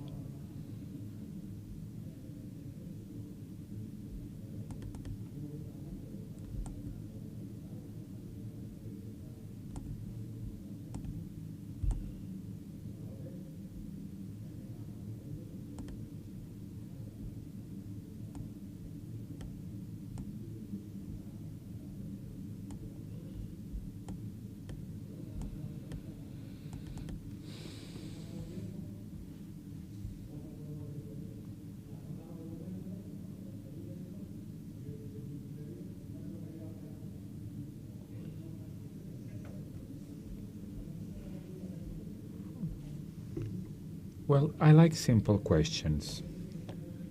We had to start to explain what a tree is, and that will be a problem. I really like that question. It's quite interesting. And in terms of that measure, in reality, it is a measure of a method with different studies in different countries, different kinds of woods, different ages. So we've reached of it's not for all species, of course, but what we were able to show is that when a tree has more than 1 meter, the number of habitats are huge, huge. It's almost like saying that while we're young, until we get to be 30, the health is perfect. When you reach 60 and you see an X-ray of my body, you won't like it. This is the difference, you know. We have agreed, well, each one can use whatever they want, but you know that starting from 1 meter, the presence of different species are present. So for different species, I think it is useful because the subject of wood, so many problems, a fire or something else, we need to reach a balance, an adjustment. So it seems to me a proper measure. A meter of perimeter is something that instead of giving a result, it creates habitats. And a meter of perimeter, yes, a meter of perimeter. If we have a meter in diameter, there won't be any. But to what height? Well, the measure, there are 2 measures, okay? For the measure for those trees who are in nurseries, it is 1 meter.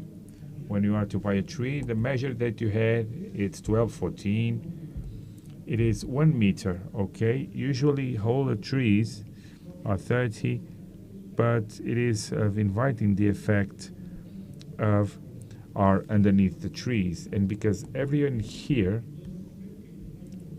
see that in order, this has been tried, sure, but to have a tree that had 200 years, and they were quite happy with it because you were able to attract someone. We need to be careful of this, but they are quite useful. Thank you. Let me continue because I have the microphone. A question for each one of you, for Barnabé and also for you. Simple ways to deal with trees.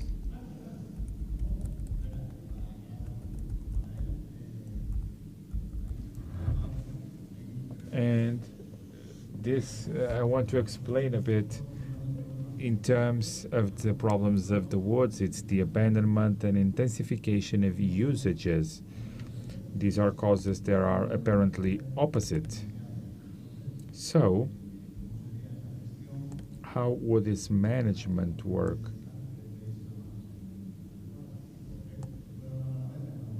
And talking about abandonment and intensification, because apparently it's actually the opposite.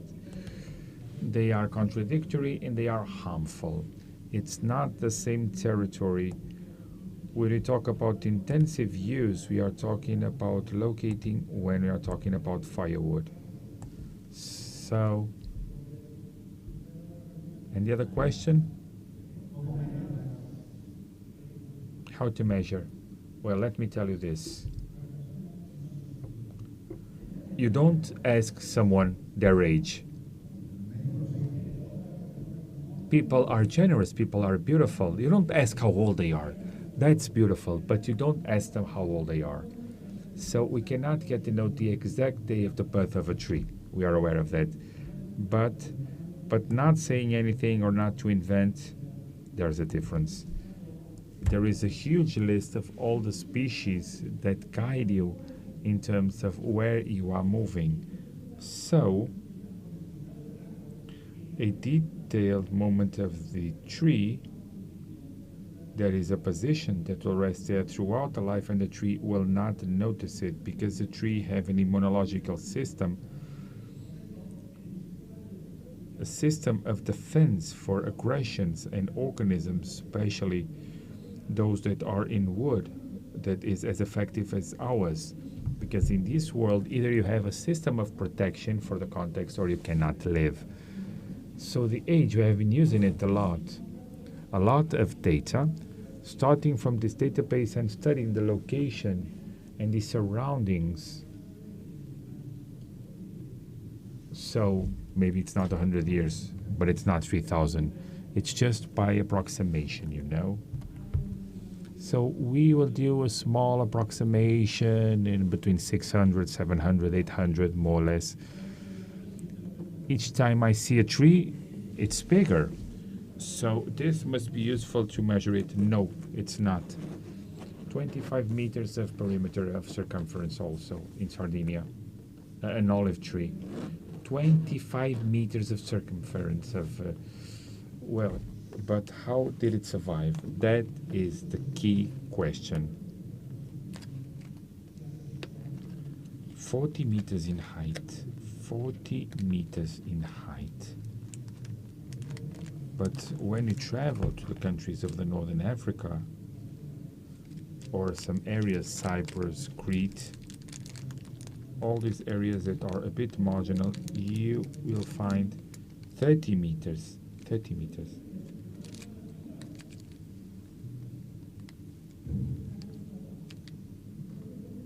And they just have some canvas on top of it. And then when that is the ideal moment, this is when we get to cover it. And there is no problem with machines or the plagues. It is one day with some precious canvas to protect it. And then we collect it the next day. And also, let me also tell you that starting from now, how many trees you see of 1 meter, that is nice data. That is nice data. Thank you. Thank you.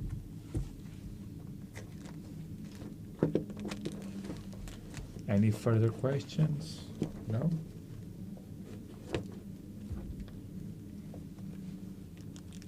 No microphone.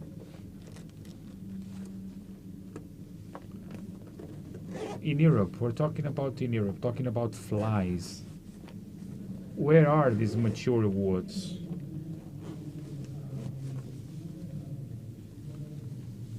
We don't have old forests anymore. I might have said that. But I don't want to say something like this because the wood or woods must allow that all species that inhabit it might go through an evolution individually and separately so that they can be genetically cross-pollinized. So if we think of them, how many would we need to have a population that is not within erosion genetically, and how many exchanges do you have to have? We're talking about a lot. So at the end of the day, there is a project in association in France to recover old woods so that in 1,000 years we have old woods. So it's at least 10 species of trees, okay? Okay? So to find a place with 10 species, it's not easy anymore. So this is the subject that sometimes the sea needs to go. I've seen a tree with 5 meters in perimeter. 5 meters, yes. So this is all clear. When you have all the sequence, is then when you have the maximum result. I have not been in a place such as this one. I've been in Europe, in the Mediterranean, in Spain. We might find, for example, some examples. Muñeros, it's not an old forest in 1,000 years maybe, but not now. This is a magnificent place. It is exceptional, but it's not mature at all. It is not mature because it has these small traits to it. So there are some small fragments, sure. The other way in as the Cordocal in Ponferrada, trees with 6-7 meters with 15 or 20, and that was it. We called it a mature grove. You've seen that it's gotten to the individual, which is important, because if not, what about the total? It's a monumental wood in that sense, because it has a collection. 20 trees, for example, that are yay big. But there's just a few of them. Just a few. Thank you so much. We have to close. We are out of time. Thank you.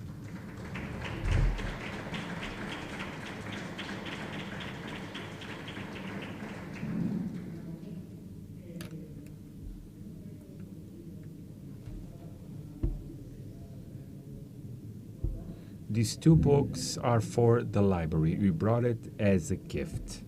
Thank you.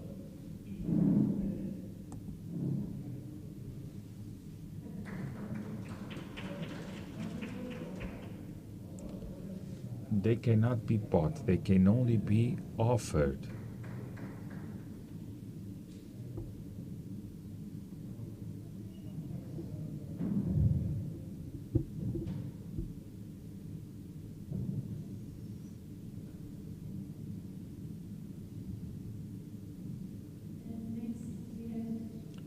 Next, Carlo Caballero from the Herpetological Association of Spanish on improving habitat for herpetofauna to tell us about preservation measures for amphibians and reptiles.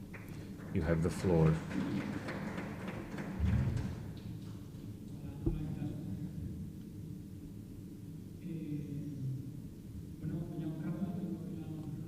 My name is Carlos from Spain.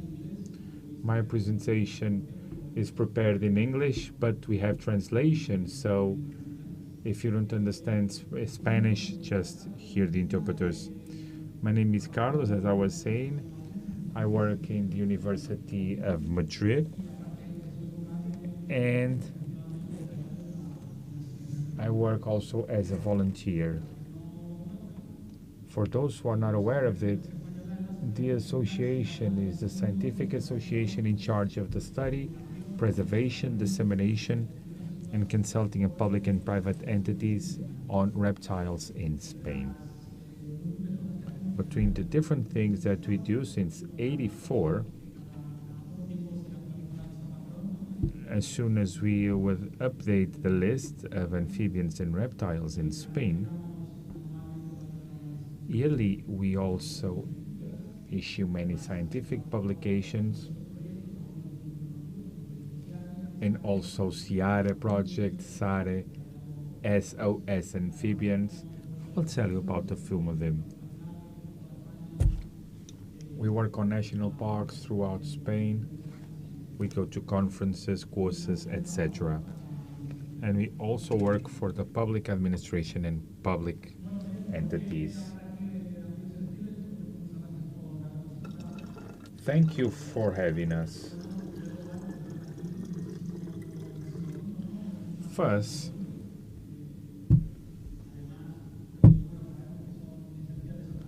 we are aware that traffic chains are very important. They are mandatory for the ecosystem. And also, many of them are very important to regulate the environment. Some of them show us that the one that we have here, that they are in proper state. This is my ideal landscape. This is my mature landscape. Unfortunately, it's a fake. We try to get a bit more amphibians connected to water areas and reptiles. Some are spread throughout the territory, others are also connected to water.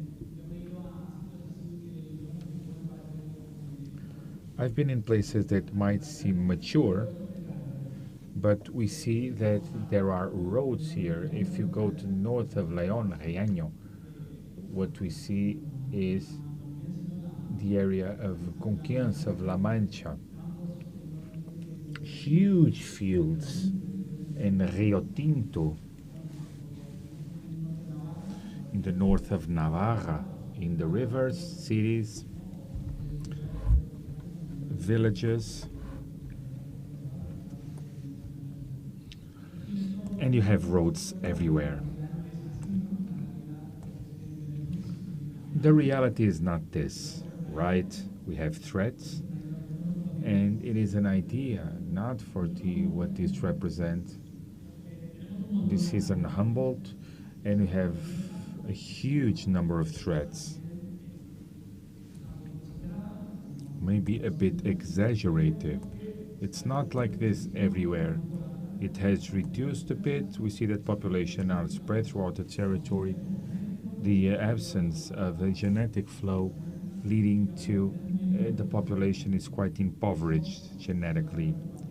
So when there is some disturbance, when there is a problem, populations might be extinguishing on a local level. So on the global level, we have a serious problem of connectivity. We are aware that the south of Europe is a strong point for reptiles, climate, topography, climate history, leading to figures in Spain and Portugal. In Baleares, I don't like to leave Portugal out of it, because we are here also in the Iberian Peninsula. Translated into the amphibian groups, we would have in Spain and Portugal 29 endemic species, some exotic ones also in Baleares, species that are threatened from our country, also in Canarias, from the peninsula, in the north of Africa. We have also native species.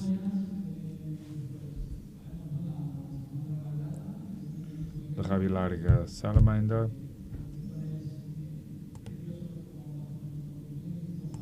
and also this species with this green color that is camouflage in the vegetation with a different life cycle. And also this is another species. We have addressed it before. And it's getting worse, the peninsula, you know.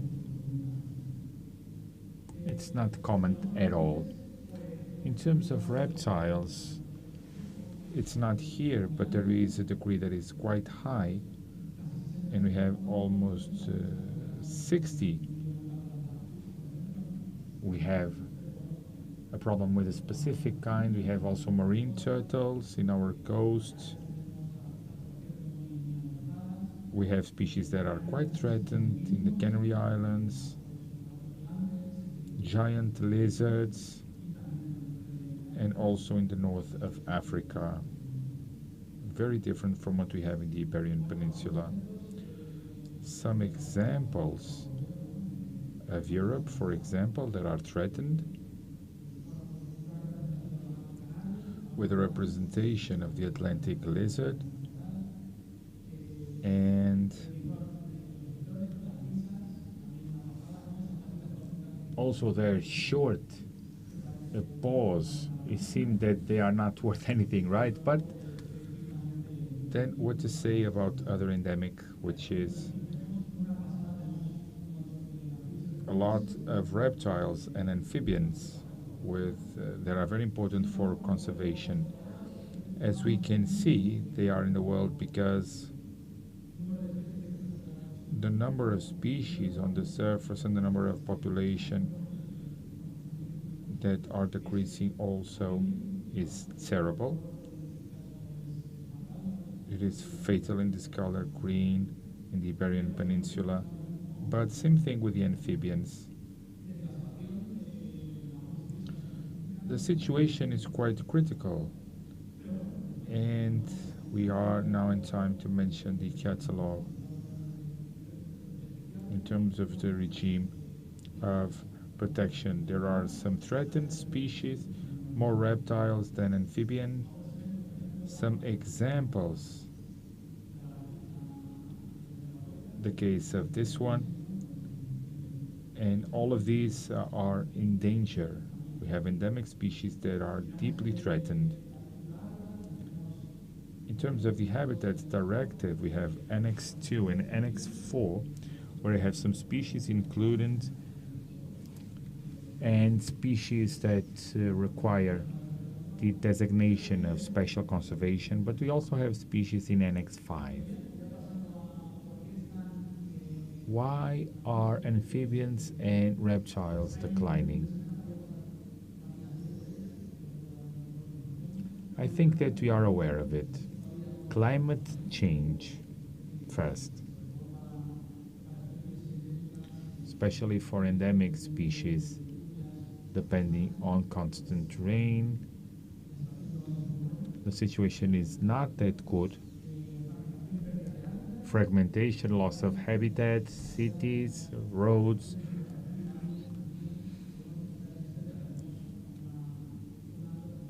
We have a huge anthropization.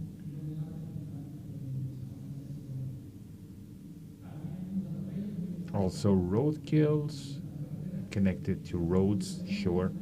The amphibians like to stroll around during the night, so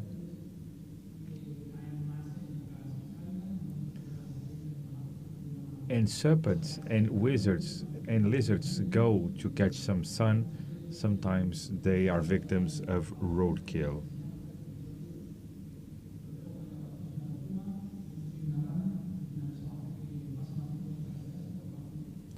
So they spend a lot of time on the road, so the probability of roadkill is greater. Invasive species, it affects a lot of what we have in lakes. This is very dangerous for amphibians. And also we have invasive turtles that are occupying the niche of the European species. And also what to say of other reptiles and other kind of species. For example, the Californian snake in the Canary Islands, which is actually tearing down the population. those who are peninsular in the Balearic Islands, that is limiting the limit of this definition. It's huge problems, very difficult to solve. This is my cat. She is called Leia. She seems to be quite nice, but sometimes she misbehaves, you know. Cats need to stay at home. In the Canary Islands, cats are bringing lizards to the limit. It's almost extinct because of cats. They eat small lizards.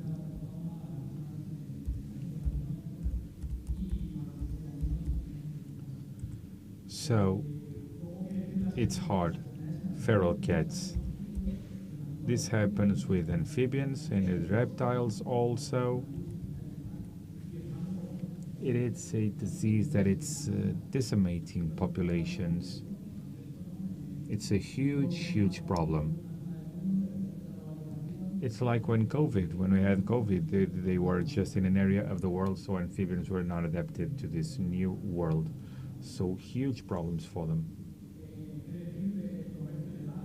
What about illegal trade on attractive species when they have, for example, anomalous pigmentation? People bring it home, they create them in captivity. So this is quite severe, this problem, with an easier solution than the environmental education. Reptiles, some of them are persecuted. This happens with vipers. And in many places, these species are threatened or extinct. Contamination of rivers, of the terrain, of air. So all amphibians with a very permeable skin and the contaminants. This is what happens because it is quite harmful. And the abandonment of traditional activities is fundamental, especially for amphibians. In many places, we have the original water points, eliminating the terrestrial territory, and the amphibians have been adapted, reproducing in these places. And so the misuse, the rural abandonment is making it that there is no priority for preservation. So the population have no artificial or natural points, so they can become extinct. The trap effect in some places of Spain, Portugal is clear and the others is less, but reptiles and amphibians, all animal species befall these areas because they cannot exit these traps. So adults die because there is no other way to live. Neither the recruitment of youngsters, because youngsters cannot leave when they complete the cycle. It's a huge problem in some areas.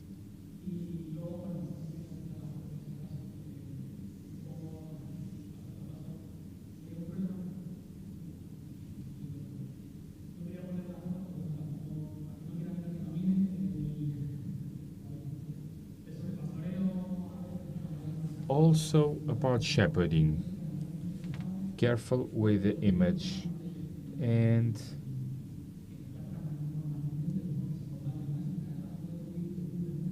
this might happen a lot in terms of big animals and other animals that step on animals that you can have it on them, and this is quite typical, you know, in these nocturnal species that they are stepped on.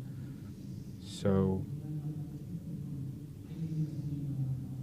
in terms of stopping all of this and the absence of awareness, new places with situations that they cannot produce a prejudice to some animals. And this happens a lot in the center of Spain because of what happens in terms of fertilizers, pesticides, and whatnot. So we see them all dead and realize that it's not an emergent infirmity because 4 days after they are all dead, so it's a problem.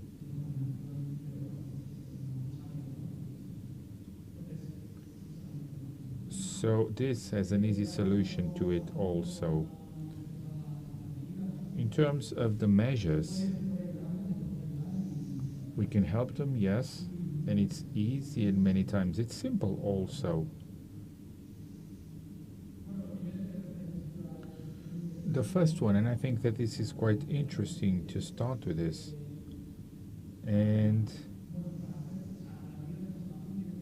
conservation means need to focus on 2 things. First, to increase the connectivity of people, and second, to make sure that it is feasible on the medium and long term. We need to improve it areas. These terrestrial areas have 4 roles.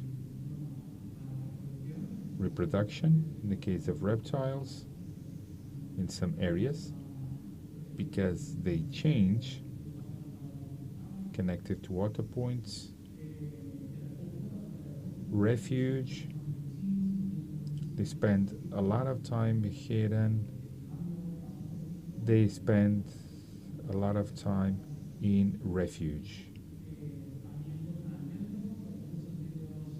Many of them look for food many kilometers, but we need to make sure there is an aquatic and terrestrial ecosystem so that they can get food. And that these animals that need to connect with other population, they need a fluxogenetic definition so that we can do it for them in 3 or 4 basic actions. And sometimes it's difficult to eradicate and the impact of threats. This is quite important. Creating a habitat for animals and the environmental education. These are the 3 things that need to be right at hand. This is compatible and it has benefited with activities that the human being might have in a territory. Starting a bit, first one, traffic signs. It seems like, oh, it's just a traffic sign. No, it's a traffic sign that many times might mitigate more than 50% roadkill, because people don't know that there are animals crossing there, small species. So it's tricky. It's hard to see them. So traffic signs call the attention of people that reptiles and amphibians are crossing the roads. A lot of efforts need to be there, and the tunnels, sometimes it is quite sensitive to do it. We try to avoid that the reptiles, micro animals, that this would affect other species also, where we drive it with barriers. And sometimes, these are areas that are being dredged, or also areas where we could build small areas, some areas of Spain, and that it is improved the effectiveness it might have. Many times this happens and the barriers have fallen, so animals go into a place and they cannot exit.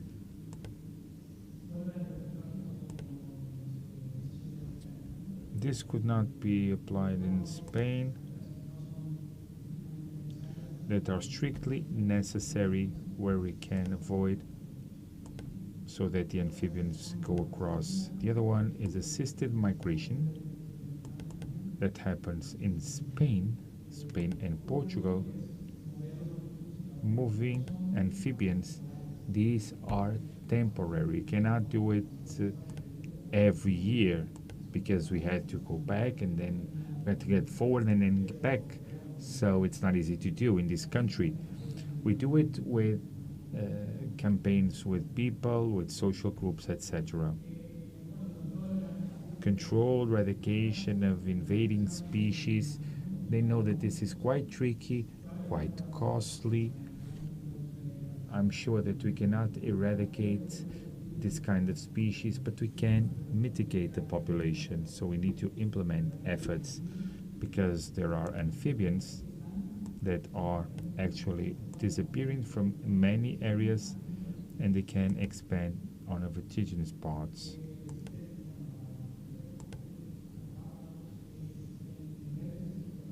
In networks or nets that are put in many places, because they end up falling in terms of what's continuous, the electrical part on the mountain, if it is done with this kind of structure to favor the species. And also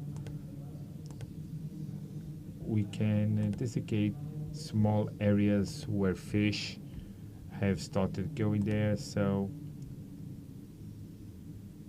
this happens in some places.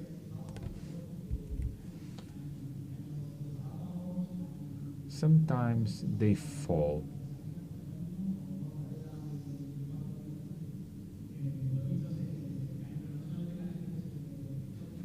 It's not just exotic species, but we must be careful, because they might fall and die in these places with these animals. Artificial water bodies. So artificial water bodies, well, they are always quite beneficial, not always being successful. So we need to have this connectivity that can change in many ways, but we need to know that the matrix of connectivity is formed by nodes, water points, and the corridors. That is the links, knowing where they are, where they're going, taking into account essential aspects, as for example dispersion of animals for many kilometers. So it might be in a landscape of artificial and natural bodies of water. Something that is very important is that these bodies of water need to be temporary. So for the majority of them, so there are rivers, there have been fish, so these are permanent points, yes. And in many places it is said that they need to be temporary, and they are seen more as small so that people go across and there is water. Where there are ducks, for example, someone who they just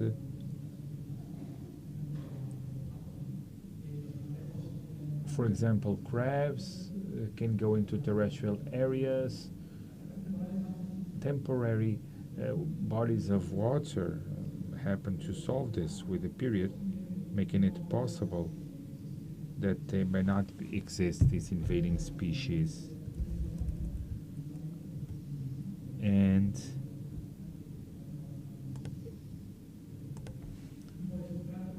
type of substrate, type of soil also.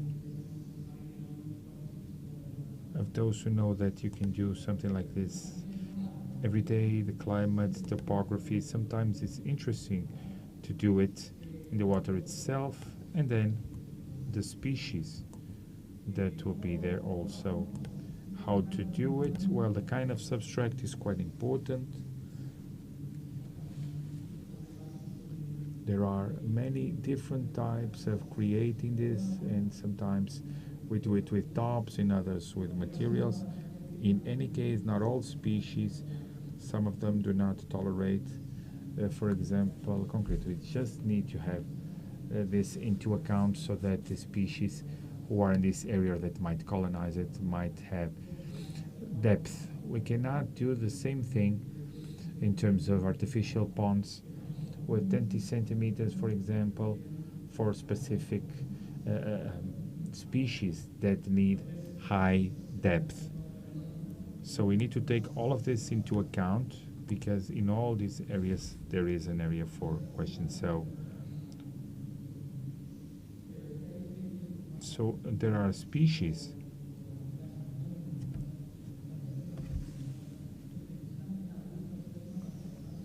of special aquatic vegetation, and they need bushes to hide in. It's not just putting stones there. You need to make sure that we have bushes such as this one. And also for adults that are closer to it. Aquatic vegetation, which is also another story for some amphibians. They need to connect this definition in terms of the plants that fall into the water. Pygmy tritons, for example, need water context to put their eggs or to lay their eggs. We need to take into account the requirements of each species.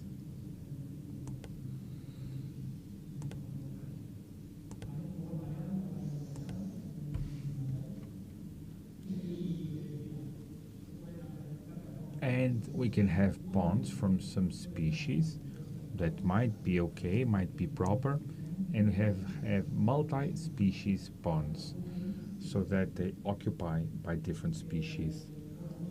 So some examples. This is a project of the it's a green pond to connect natural protected areas in Natura 2000. These are then with coconut fiber. This is quite interesting, it's quite trendy. Instead of having open water, to detour a bit of water and to create a pond with the remaining water. Species like the common toad that have a tolerance to occupy different areas, they can do it. But those who need different ponds that have water, they can do it also. This is quite interesting. Different ponds, some are smaller.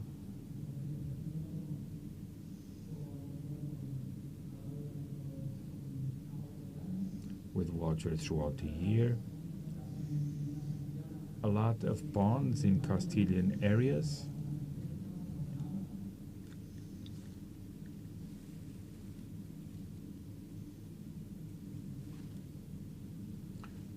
And the pointer seems to not be working. There you go. Or small ponds, as I was telling you, on a giant population. And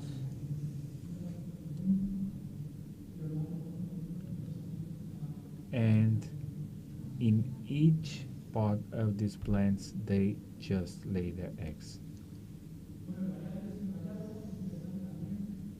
Fencing and semi-fencing. This is quite interesting.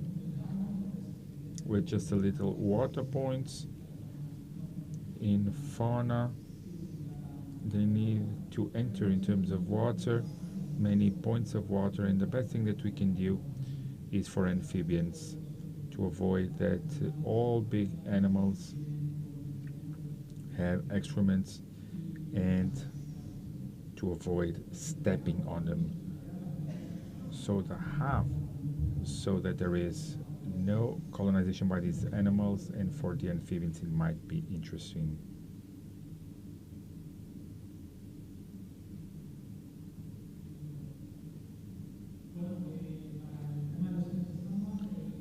For the subject of the trap effects, we can also have measures such as this one, putting a ramp, and then we remove it when they exit. But sometimes this is just temporary. So we just need to foster, to put into technology administration and to build ramps with cement, quite effective. For this, surely we need to extract water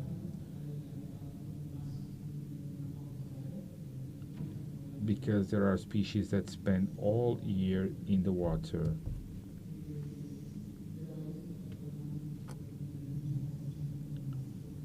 Taking advantage of what we have on a ramp where it is reproduced properly.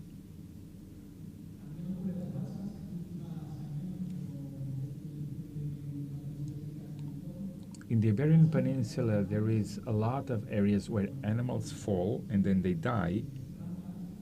So there are ramps, as you see in the picture, but also they are being done with coconut fiber and reptiles can exit a bit, which is so important. In artificial points, it is pivotal. And why? Because just losing water with time, they lose it, and then dissecting is quite steep, so the administration work with sometimes neighboring institution, and we see the change in terms of what we had in terms of improvement.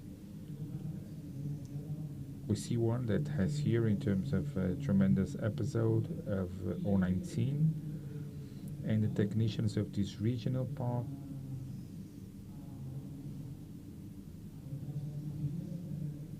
they find this refuge again, and it is quite exceptional actually. Also, we spoke about boundaries, okay? We spoke about stone walls. They are essential. Reptiles, amphibians, they need this structure. And to protect them is quite important, many of these animals. And they will step a bit the rest of areas, but we would need to be able to connect this kind of rock elements that we spoke about in terms of walls or boundaries.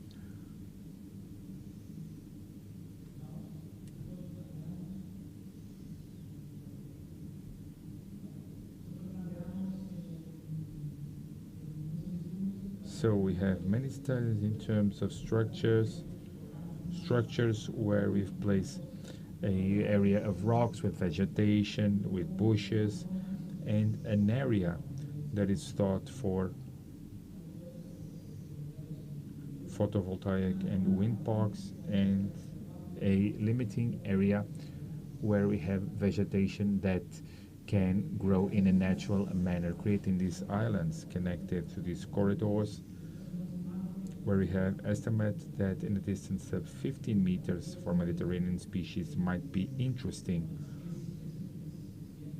So it would be also interesting that what we build might respect this distance with a width of 3-4 meters, so that reptiles and amphibians can actually live together. You see some examples of refuge, some done by association. We can also do it with dead wood, okay?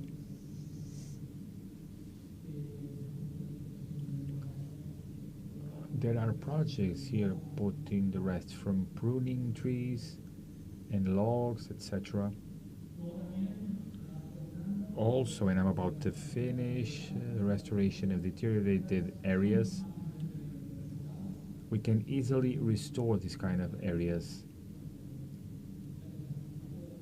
We need that the administration or the region itself take part of it. So we see a huge one of the biggest that we have in Spain. It is a place that is actually has been devastated, so they had to colonize the vegetation again. So they left an aquatic area in the middle, which was properly for the amphibians, which is great for all types of animals.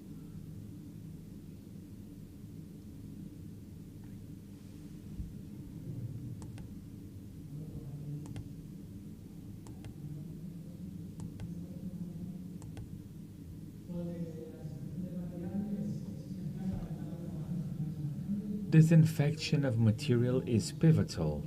If we have ponds and if we are to visit a pond that is contaminated, we need to be careful with mycosis. Maybe we will go to somewhere else when there is another pond. And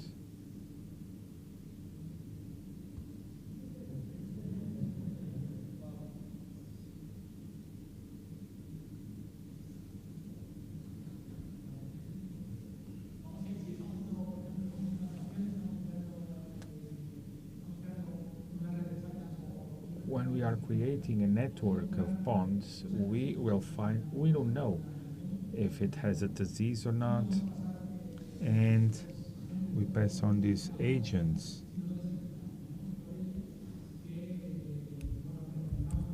Where we recommend certain types of solutions in a way that whenever we use the material, we disinfect it before going to the next place. Not just disinfecting it, the instructions are here. First we would prepare the solution, then it happens in all the materials, and if we visit the locality we can leave some locality and then go to the next one, but that depends on the type of sites that we have. And as we try it and disinfect it, we can move towards the next one. That's how it works. I hope that you can participate in the amphibians campaign. We don't know how the emerging diseases come about, so this is very important.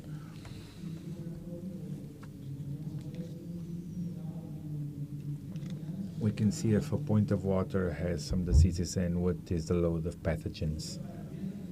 Cleanliness also, that we deal with the cooperation of campaigns from water bodies. There are snakes that get entangled in fishing nets. We can also do it not with campaigns, we can clean it. There are many places with companies also. And it's essential that ponds and rivers to be clean. And well, as I was saying, we need to monitor it also, because many times we forget, we think that everything is done. Someone starts burning nickel, so we lose the pond entirely. We need to follow them, because sometimes it's vandalism, but other times we don't know how things work. So we might have some errors in building it, so we need to follow it properly. This is very important, the environmental education, where we will fight vandalism. We will favor less contamination, that people do not propagate diseases from one place to the other, with campaigns also that we have in a certain instance, because they define it with it, so with people who are younger and the activities, and we believe that they are extremely necessary. There are also campaigns on a national level or persecution of vipers, for example.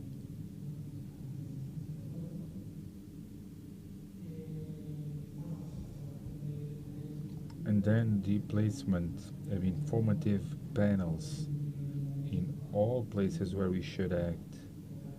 It's not a problem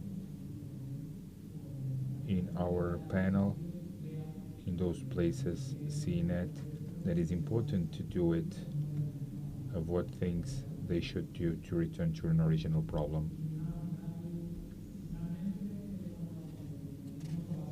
Finally, we would like to ask you to cooperate in the project of citizen initiative for the species.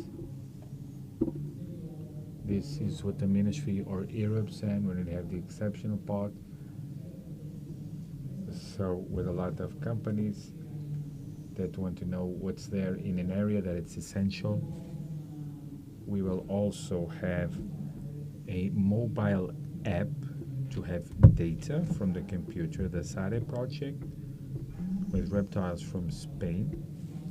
Project for 5 years where we try to see the trends that happen in the amphibians, where we can all cooperate,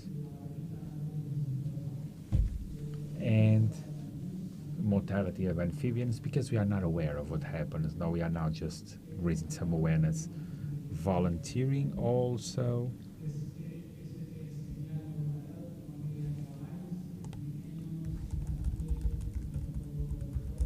And throughout the place and throughout the year we have a lot of different information. Let's make everything compatible. This is the most important.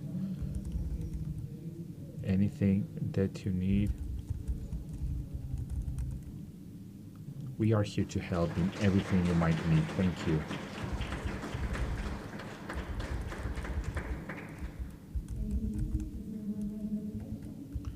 Thank you. Anyone has a question? I have one.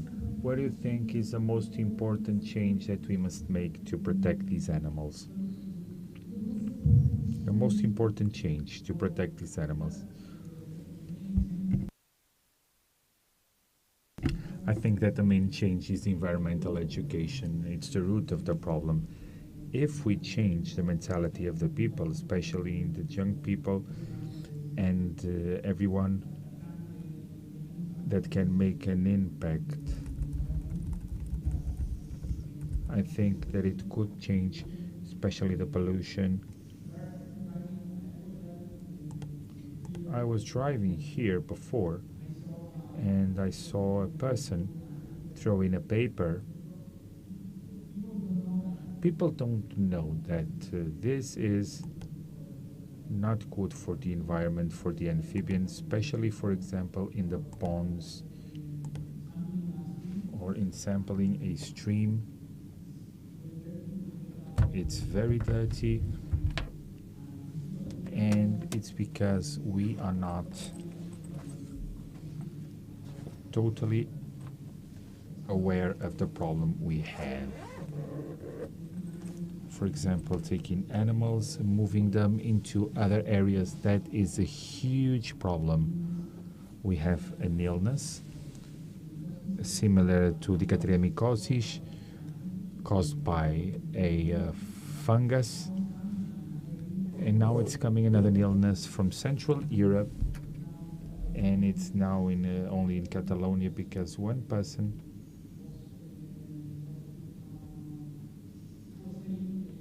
was selling animals, and his house was able to reproduce these animals, and he went to a pond, a big pond, where this newt had the illness, and the salamander, which is another illness, and also it connects with other species. If we know these things, I think that we could change, but we do need a lot of information. So awareness and education, I think that's it. That is the main takeaway.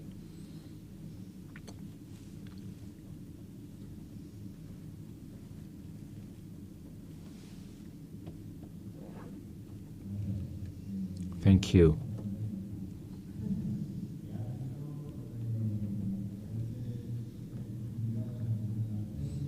Different depths according to the species.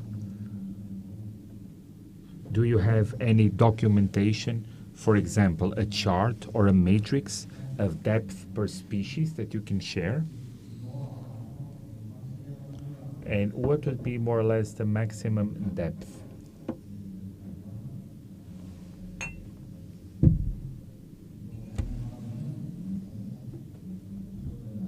And I didn't know that you said about the temporary ponds. because sometimes they are identified as a potential place for predators, right? So the inclusion of this kind of water throughout the year, where they can, well, refuse it. Well, first, yes, sure. Glad to pass on whatever information you need. There are manuals and a few years, and we can share that information without any issue because we have general information. There are members of the association, employees throughout Spain. Most of them are researchers at the university. I think that you all work in the north of Spain. In Portugal, there are a lot of researchers in Asturias and Galicia that are fully aware of this. In any case, whatever you want, the subject of depth. Usually, I rarely see more than 1 meter in depth, sometimes a meter and a half, something exceptional, but it is like I said, it's not depth of 1 meter of depth, also common frog. So of multi-species ponds, they are quite interesting because you have different levels of defining the depth so that this goes in agreement with the temporal view of the water. These are the ones that will utilize the species because they require bigger depth. So in that sense, the truth is that sometimes we have ponds and I don't know why. They gave a follow-up in the community of Madrid. Sometimes there is no people around that are aware of how things work. Many times it's because of small details or the substrate, for example. These are species that go into the terrain, so sometimes they are 40, 15 centimeters inside the land, so it's loose terrain. So if you build it where they cannot dig with rocks, it might be difficult for them in terms of colonizing. So this is very important, the height.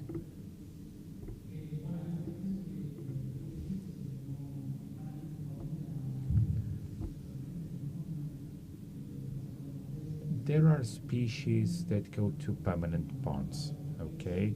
Common frogs and whatnot. But of course that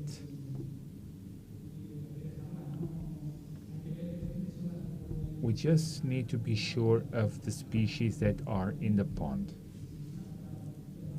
If it's a permanent one, then we can reduce it and try to make it timely. If it is the one that is artificially.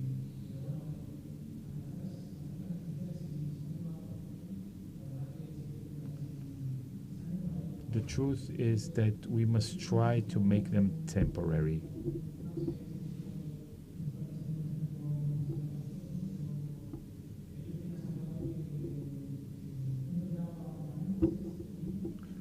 Permanent ponds are dangerous.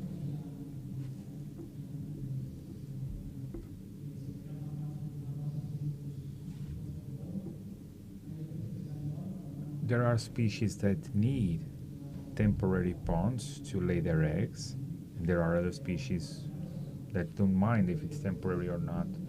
So if we could avoid it, that would be the best way to do it. Thank you. Thank you so much, Carlos.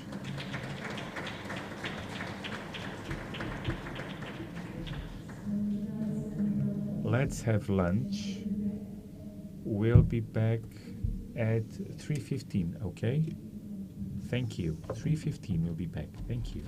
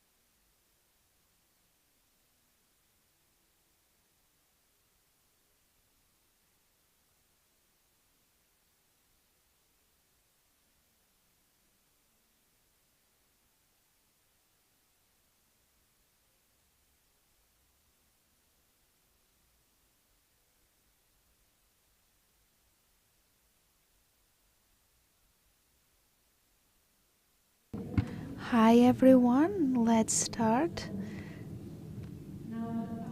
Now our speaker is Dr. Pedro Calaza, Doctor in Agricultural Engineering, Landscaper in Architecture, and he will focus his presentation on the ecosystemic reading of the landscape through the green infrastructure.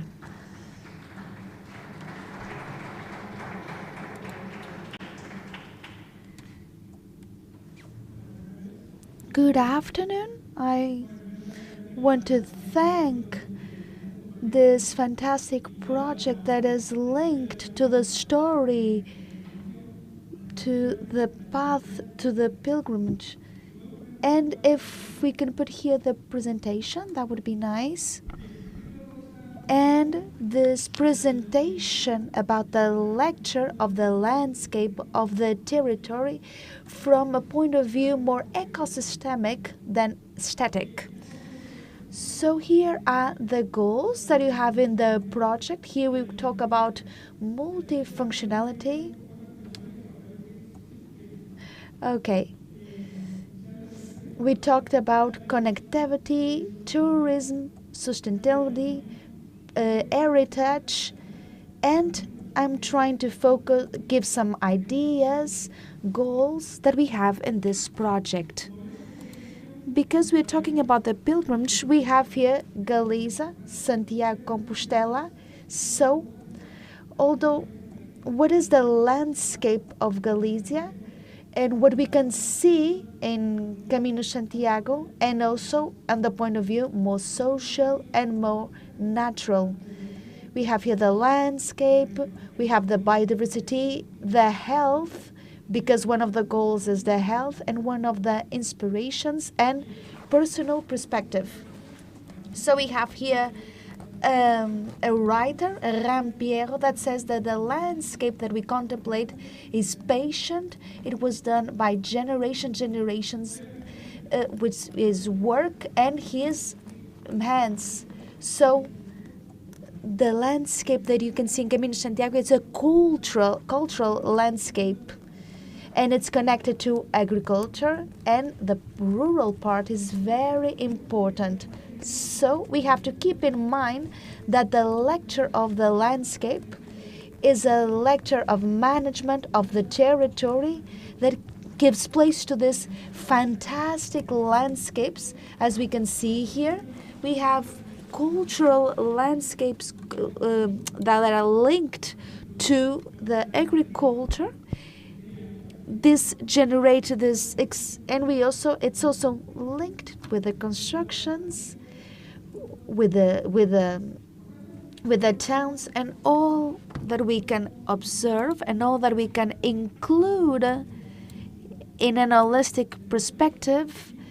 It comes conditioned by a social dynamic, a natural dynamic, and also a dynamic of a cultural landscape. And this is going to produce or generate different types of landscapes. And remember that in Europe, we have about 30 types of landscapes. Where we are now in the north, we have the 11th that talk about the Atlantic, 12 semi-bocage, and we also have other types that are not so important. But the lecture and the classification of the landscape we can do on different ways. Maybe the most use, if it's a cultivated part, we have then here the Atlantic, the continental. It can be more closed or open fields. We have bocage, semi-bocage, and in Galicia, the types of landscapes are this. It depends if we can understand a type of typology or the other one. And how it's divided, there are also green corridors. There are also preservation of habitats at a macro and micro level. And here we have an identity in Galicia that does a studies of the territory, and they did this global study, and they have published these different typologies. And these typologies of landscape are traduced and translated in these landscapes. Many people say that we from Galicia we have a twisted mind, but as the landscapes we also have about almost 29,000 unities of landscapes that are grouped in 12 big areas of landscape. And Camino Santiago, in its all approaches, they see those big areas of landscapes, and these, not all of them, these 12 unities of landscape in Galicia. We have here some examples of landscapes, more natural. We have the chestnuts. The landscape is not only vegetation, it's the fauna, the microfauna, macrofauna. Here is all the constructions that are linked to the more traditional, more historic of the spaces. And also remember that the urban landscape is also a type of landscape. Here you see a monastery, we see the rivers. The rivers are parts of life. If there's no water, there is no life. And it's all linked to the rivers, to the people. The people also make part of the landscape, and they are essential. And if we talk about Galicia, we need to talk about seafood, the gastronomic landscape, and they're also very important. And now let's talk about the landscape. As you know, the convention was made in 2007. We only have 4 communities in Spain: Catalonia, Cantabria, Galicia. And in Galicia, how it's the landscape order, we have the idea of developing guides and laws. And you can see that all that is linked to the green infrastructure has in mind what are the paths as potentially to be an eco corridor to do landscape. And now we have the fauna, the vegetation, and micro landscapes. We also have macro landscapes. Everything is important, even in the more rural and urban fields. And perception, we have the landscape. And why is the landscape so important? Apart from the link to the heritage, we have some environment problems that are linked to the loss of biodiversity, to the contamination, to the change of the climate. And we need to make a better management of the territory. We took this of the, and in the 11, we talk about cities and communities that are sustainability. In Galicia, we cannot talk about cities. We are 30. We have in Galicia 30 nucleus. So in Galicia, as you can see, this it can be a little bit problematic. And apart from the goals that are linked to the sustainable development,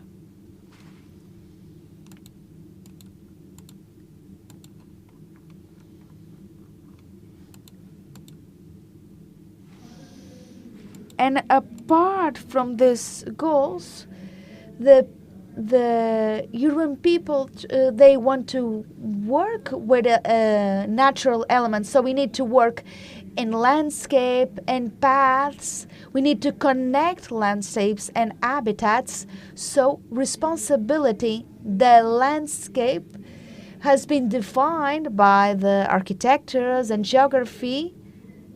And we have 2 sides that defend the landscape, the Spain and Portuguese, that is connected to the Latin root. We have it comes from village, so it's a link to tradition and territory. But in the Germanic root, landscape, Landschaft, there are geographic areas where they're the more determined with a normative. So it's it's more linked with the normative or legislation. And now the figure of cultural landscape, it's the evolution of the natural landscape, and the culture is the people, it's the environment. So the perception that we're going to have of these paths, they have to be cultural landscapes defined in different ways. And these descriptions, I'm going to stay with this one that says that the landscape is the result of the interaction of natural and cultural and anthropical elements. So what you're going to try to do and to translate is that the perception of the landscape can not only be aesthetic, but it has to be ecosystemic. The landscape as the natural part. We also have a more urban landscape, and we have to have a dialogue that define landscapes. All the definitions that I was saying before, geography, engineering, the landscape has to unite the physical reality that we can see, that we can understand. The problem is the perception of it. Because as Robinson David said, the eye is only prepared to understand it. So if we don't understand it, we do not understand it. We don't understand the services. We don't understand the landscape. So we have to go from what we see, and we need to understand the service and the ecological process. And we have to use that cultural part, all those roots, to take it to this type of services. We have to promote the knowledge of the population on the services that they don't know or they know less. We have to, so all of this generating the culture of the participation, of the information, and all of that. And this is very important because we made a survey. I know that a lot of you know about biology, but what is called the butterfly? No one knew the name. What is the name of this bird? No one knew. And what is the name of the price of this logotype? And everyone knew what it was. So we have a problem of understanding what is important in the cities and also in the territory. And in this fantastic park of Gaia, if no one tells us what the values, the environment values it has, our perception is very different, because we have to take this knowledge and we have to sell this perception that is linked to what is subjective of each one of it.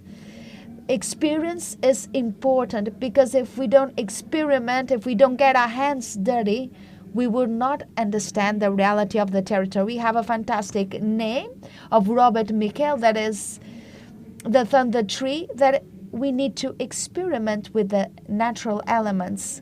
And now I want you to know that the human perception has a lot of components. One that we learn, and that one that is proper of all of us, that is connected to the savannah. All of us know that when we lived in the savannah, we were all black, and then we converted in white and others in other colors. There's a study that is called Oriens and Erguin. They studied 5 continents, and they studied the preferences of the landscape. And someone that lives in Asia, does she have the same preferences as mine? And you would say different. But these researchers saw that there were 5 elements that are common in all the 5 continents that made that they come from the savannah. So they have this hypothesis that is the savannah's hypothesis. And what I use as a design of the landscape, let's see here, the people want open spaces with low lawn, with some trees, and also being open as a window to the horizon. So if we have an animal that comes to us, I need a way to go away. And the other three are connected to life: the water, the animal life, and also the flowers and fruits. So in the savannah, you have some of them that you also learn. And this, we have the green infrastructure. I don't know if I'm going to comment this, what happens in Spain. The green infrastructure is made by two words, polarized words. And the green infrastructure, as you know, is a nomenclature that is simple and childish, but very direct. What is connected with is blue, connected to the rivers, makes part of the green infrastructure. In some places it's different. We have the green and the blue, and sometimes we have the other colors. And in Europe, we simulated the strategic of the green infrastructure, and we in Spain we included in the law 33/2015, and then because we're Latin, we only approve it in 2021. So we have this law of green infrastructure and connectivity and restoring. And we need to include connectivity and restructure in this, and we have to promote this to manage better the territory. With the Spanish population in 2021, we want the autonomous. So because we are Spanish, I don't think that none of us will have this implemented on time.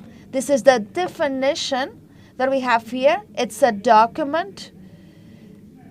It's a tool to manage the territory. And in Spain, we have here a little thing on the definition, because we expressed that we talk about marine waters that in other places they are not included. And the water is essential. Tales de Mieto said that the water is the beginning of everything, is the basic element of the universe. And because with the water we have two problems, we have a deficit and the management. But let's not forget that on the different routes, the water also configures the landscape. It's an element that's social and religious. All the religions in the world, they use the water. And what did the man with the water? We just threw to the waters, we took advantage of the rivers, and we generated this problem. So everything that is linked to the recovery of the rivers, and also this type of department is very important. Remember, the infrastructure is multisemic. We have several levels. It's multifunctional. It has several goals, multi-temporal, and it's multidisciplinary. And something also very important with the roots at an atomic level, it's like the body of a person or amphibians. We have the vital organs, and then we have different levels of circulation to guarantee the process and the ecological process. We need to have a dialogue between the anthropic and the rural part, but those spaces are very important. So we have the nucleus, we have the ecological corridors. We could have here the Camino Santiago. We are in the natural ecologic, and we have other elements that have several functions where we have all these parts that we have spoke before. And so this is the opportunity that we have with this type of projects that are very important to improve. And the knowledge is in the cultural and heritage part. In Spain, we published a small guide of inclusion of the type of elements that I can include here. And here, many people that are very pure with the biology, they only wanted a natural parts. And maybe the lecture that we're going to do, we have to include the cultural hubs, the natural hubs, the big parks, and all of that. In Spain, they suggested some of them that they can be used as nucleus. We can have systems where we have several sustainable practices. I wanted to know that there's a guide of definition of also corridors, and these corridors that can be landscapes, we can have other typologies, and there are the eco corridors. So there are corridors like in Extremadura. They're one of the typologies that we have to include in the net of the green infrastructure. And there are several options to define. This is the document of the green infrastructure of Galicia. It was public, there were several delegations, and now it's going to be approved. And here we have something that we have the units contemplated in the strategy of the European Union. And one that we have here is the Camino Santiago, where we identified as the green infrastructure as an element that has a lot of potentiality to be a nuclear zone, like to be a hub and to be a green eco corridor. So all these routes, they're being included in the laws, in the legislation, in all the autonomous communities. So the lecture that I didn't know before until Antonio called me. So I think everything is going well for this development of all the norms. I don't know how long I have.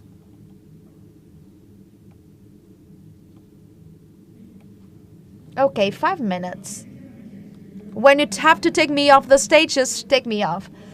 And as I said before, the landscape is a product of that social and cultural and heritage side.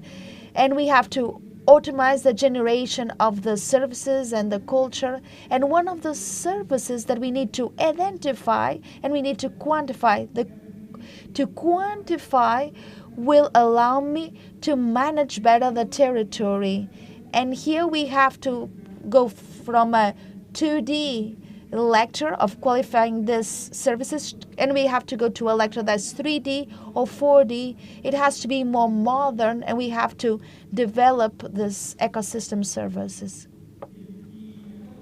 And I'm going to finish this part that I think that was something that's very important. There's a fantastic term that is the biophilia. That is, it's the heart of the man to other amphibians, because we are connected psychology to like it. So we have here this territory, and that improves the health with interaction to other spaces.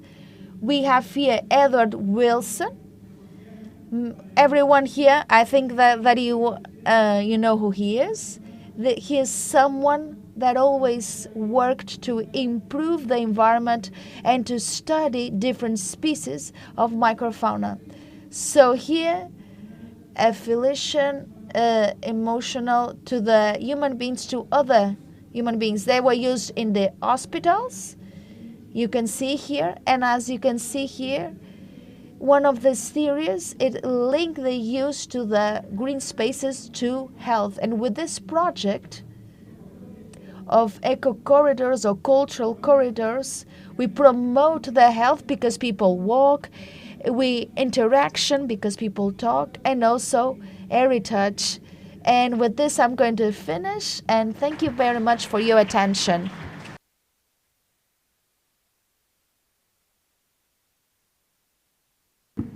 Thank you. So it's question time. Does anyone...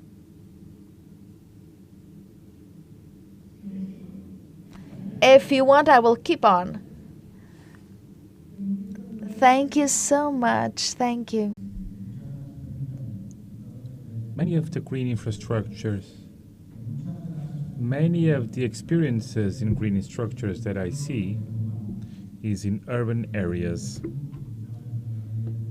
In terms of the rural area, like this project, do you know of other experiences of green infrastructure applied to a rural area?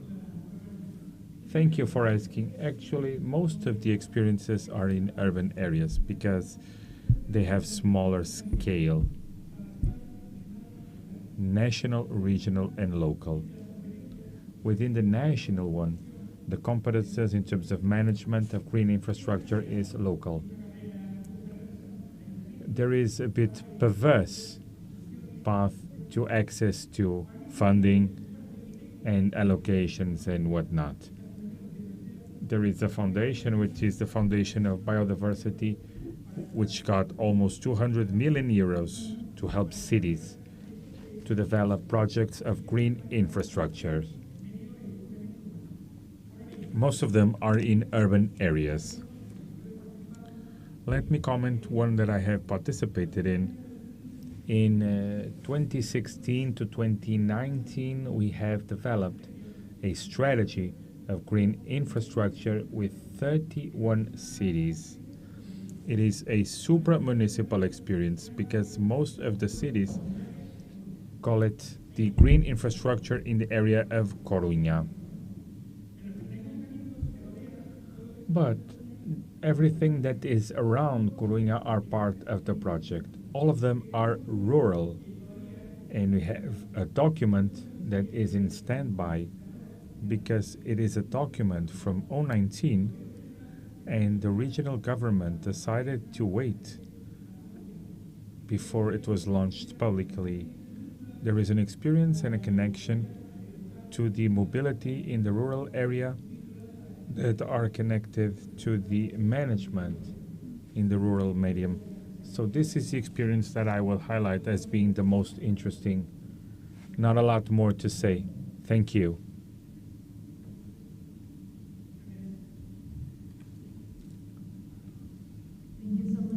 Thank you.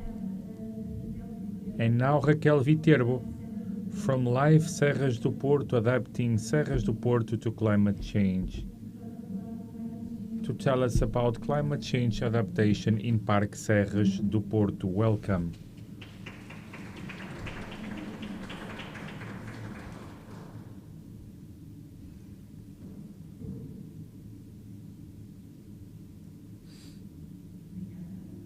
Thank you. Thank you for this opportunity to share some of our challenges, some of our concerns, and also some of our experience. In order to start,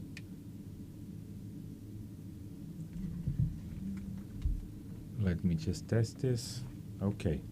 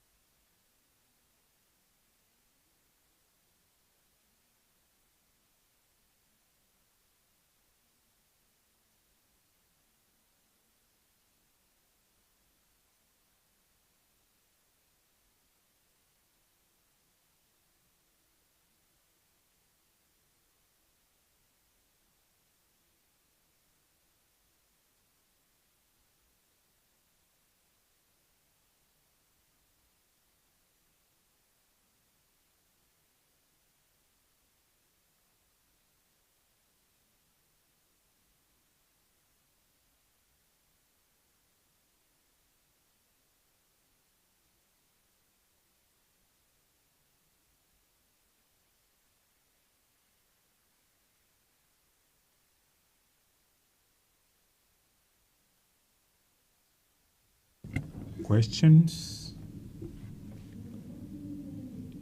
What do you think is the biggest challenge of working with multiple entities?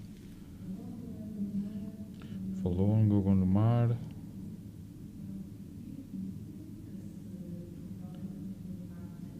The project of Serres.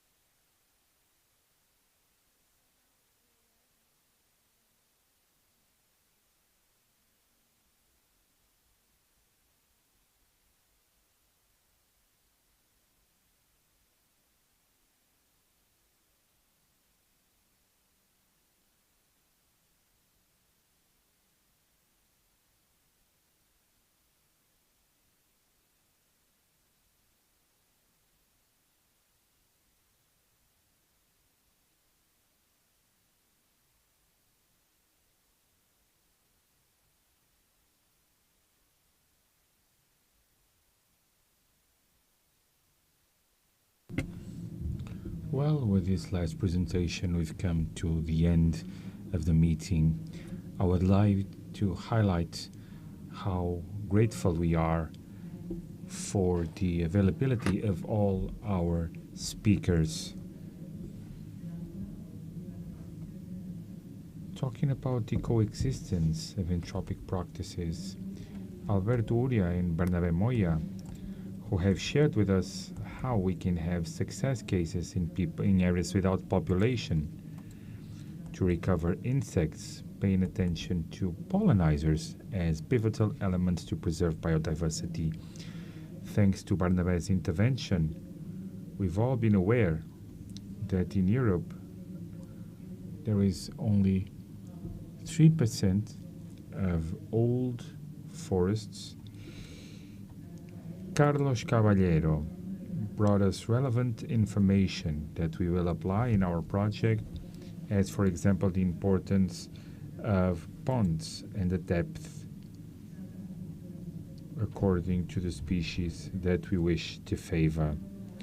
Pedro Galassa spoke about the typology of the landscape and the green infrastructure along pilgrimage paths, especially focusing on Galicia as the main core of the pilgrimage. And finally, the project Live Serras do Porto, contributing to reverse the effects of climate change by decreasing invading exotic species reforestation, improving environmental education. Thank you all. They will contribute for our project. Thank you.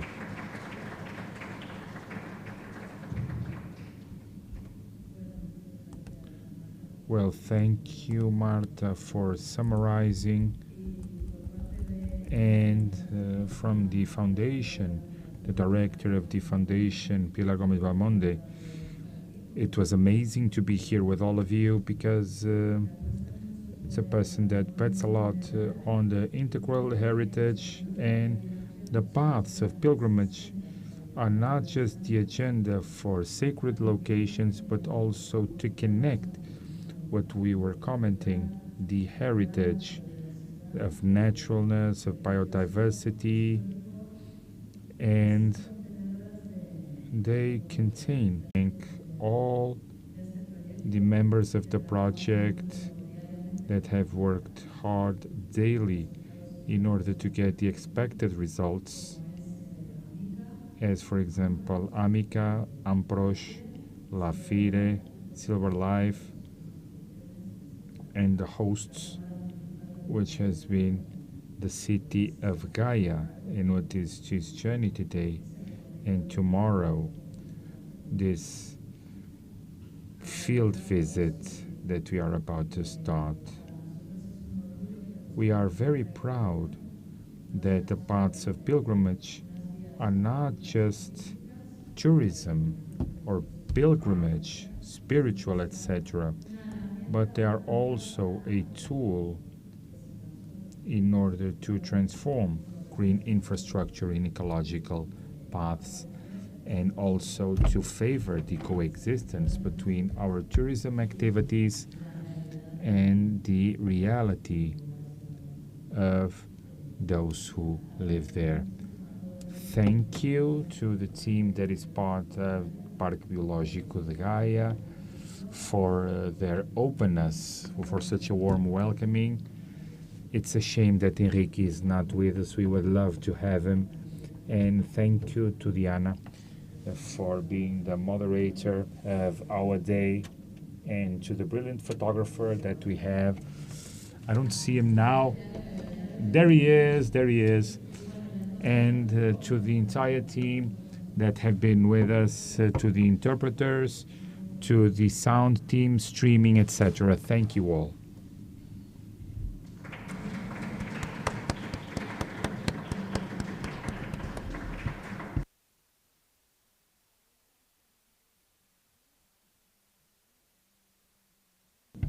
Thank you for being here and our coordinators for this project. We are very thankful for this exchange of experiences. And I would like to thank you on behalf of the city of Gaia and the Parque Biológico. Thank you all so much. And this seminar is hereby closed. And thank you also on behalf of the interpreting team.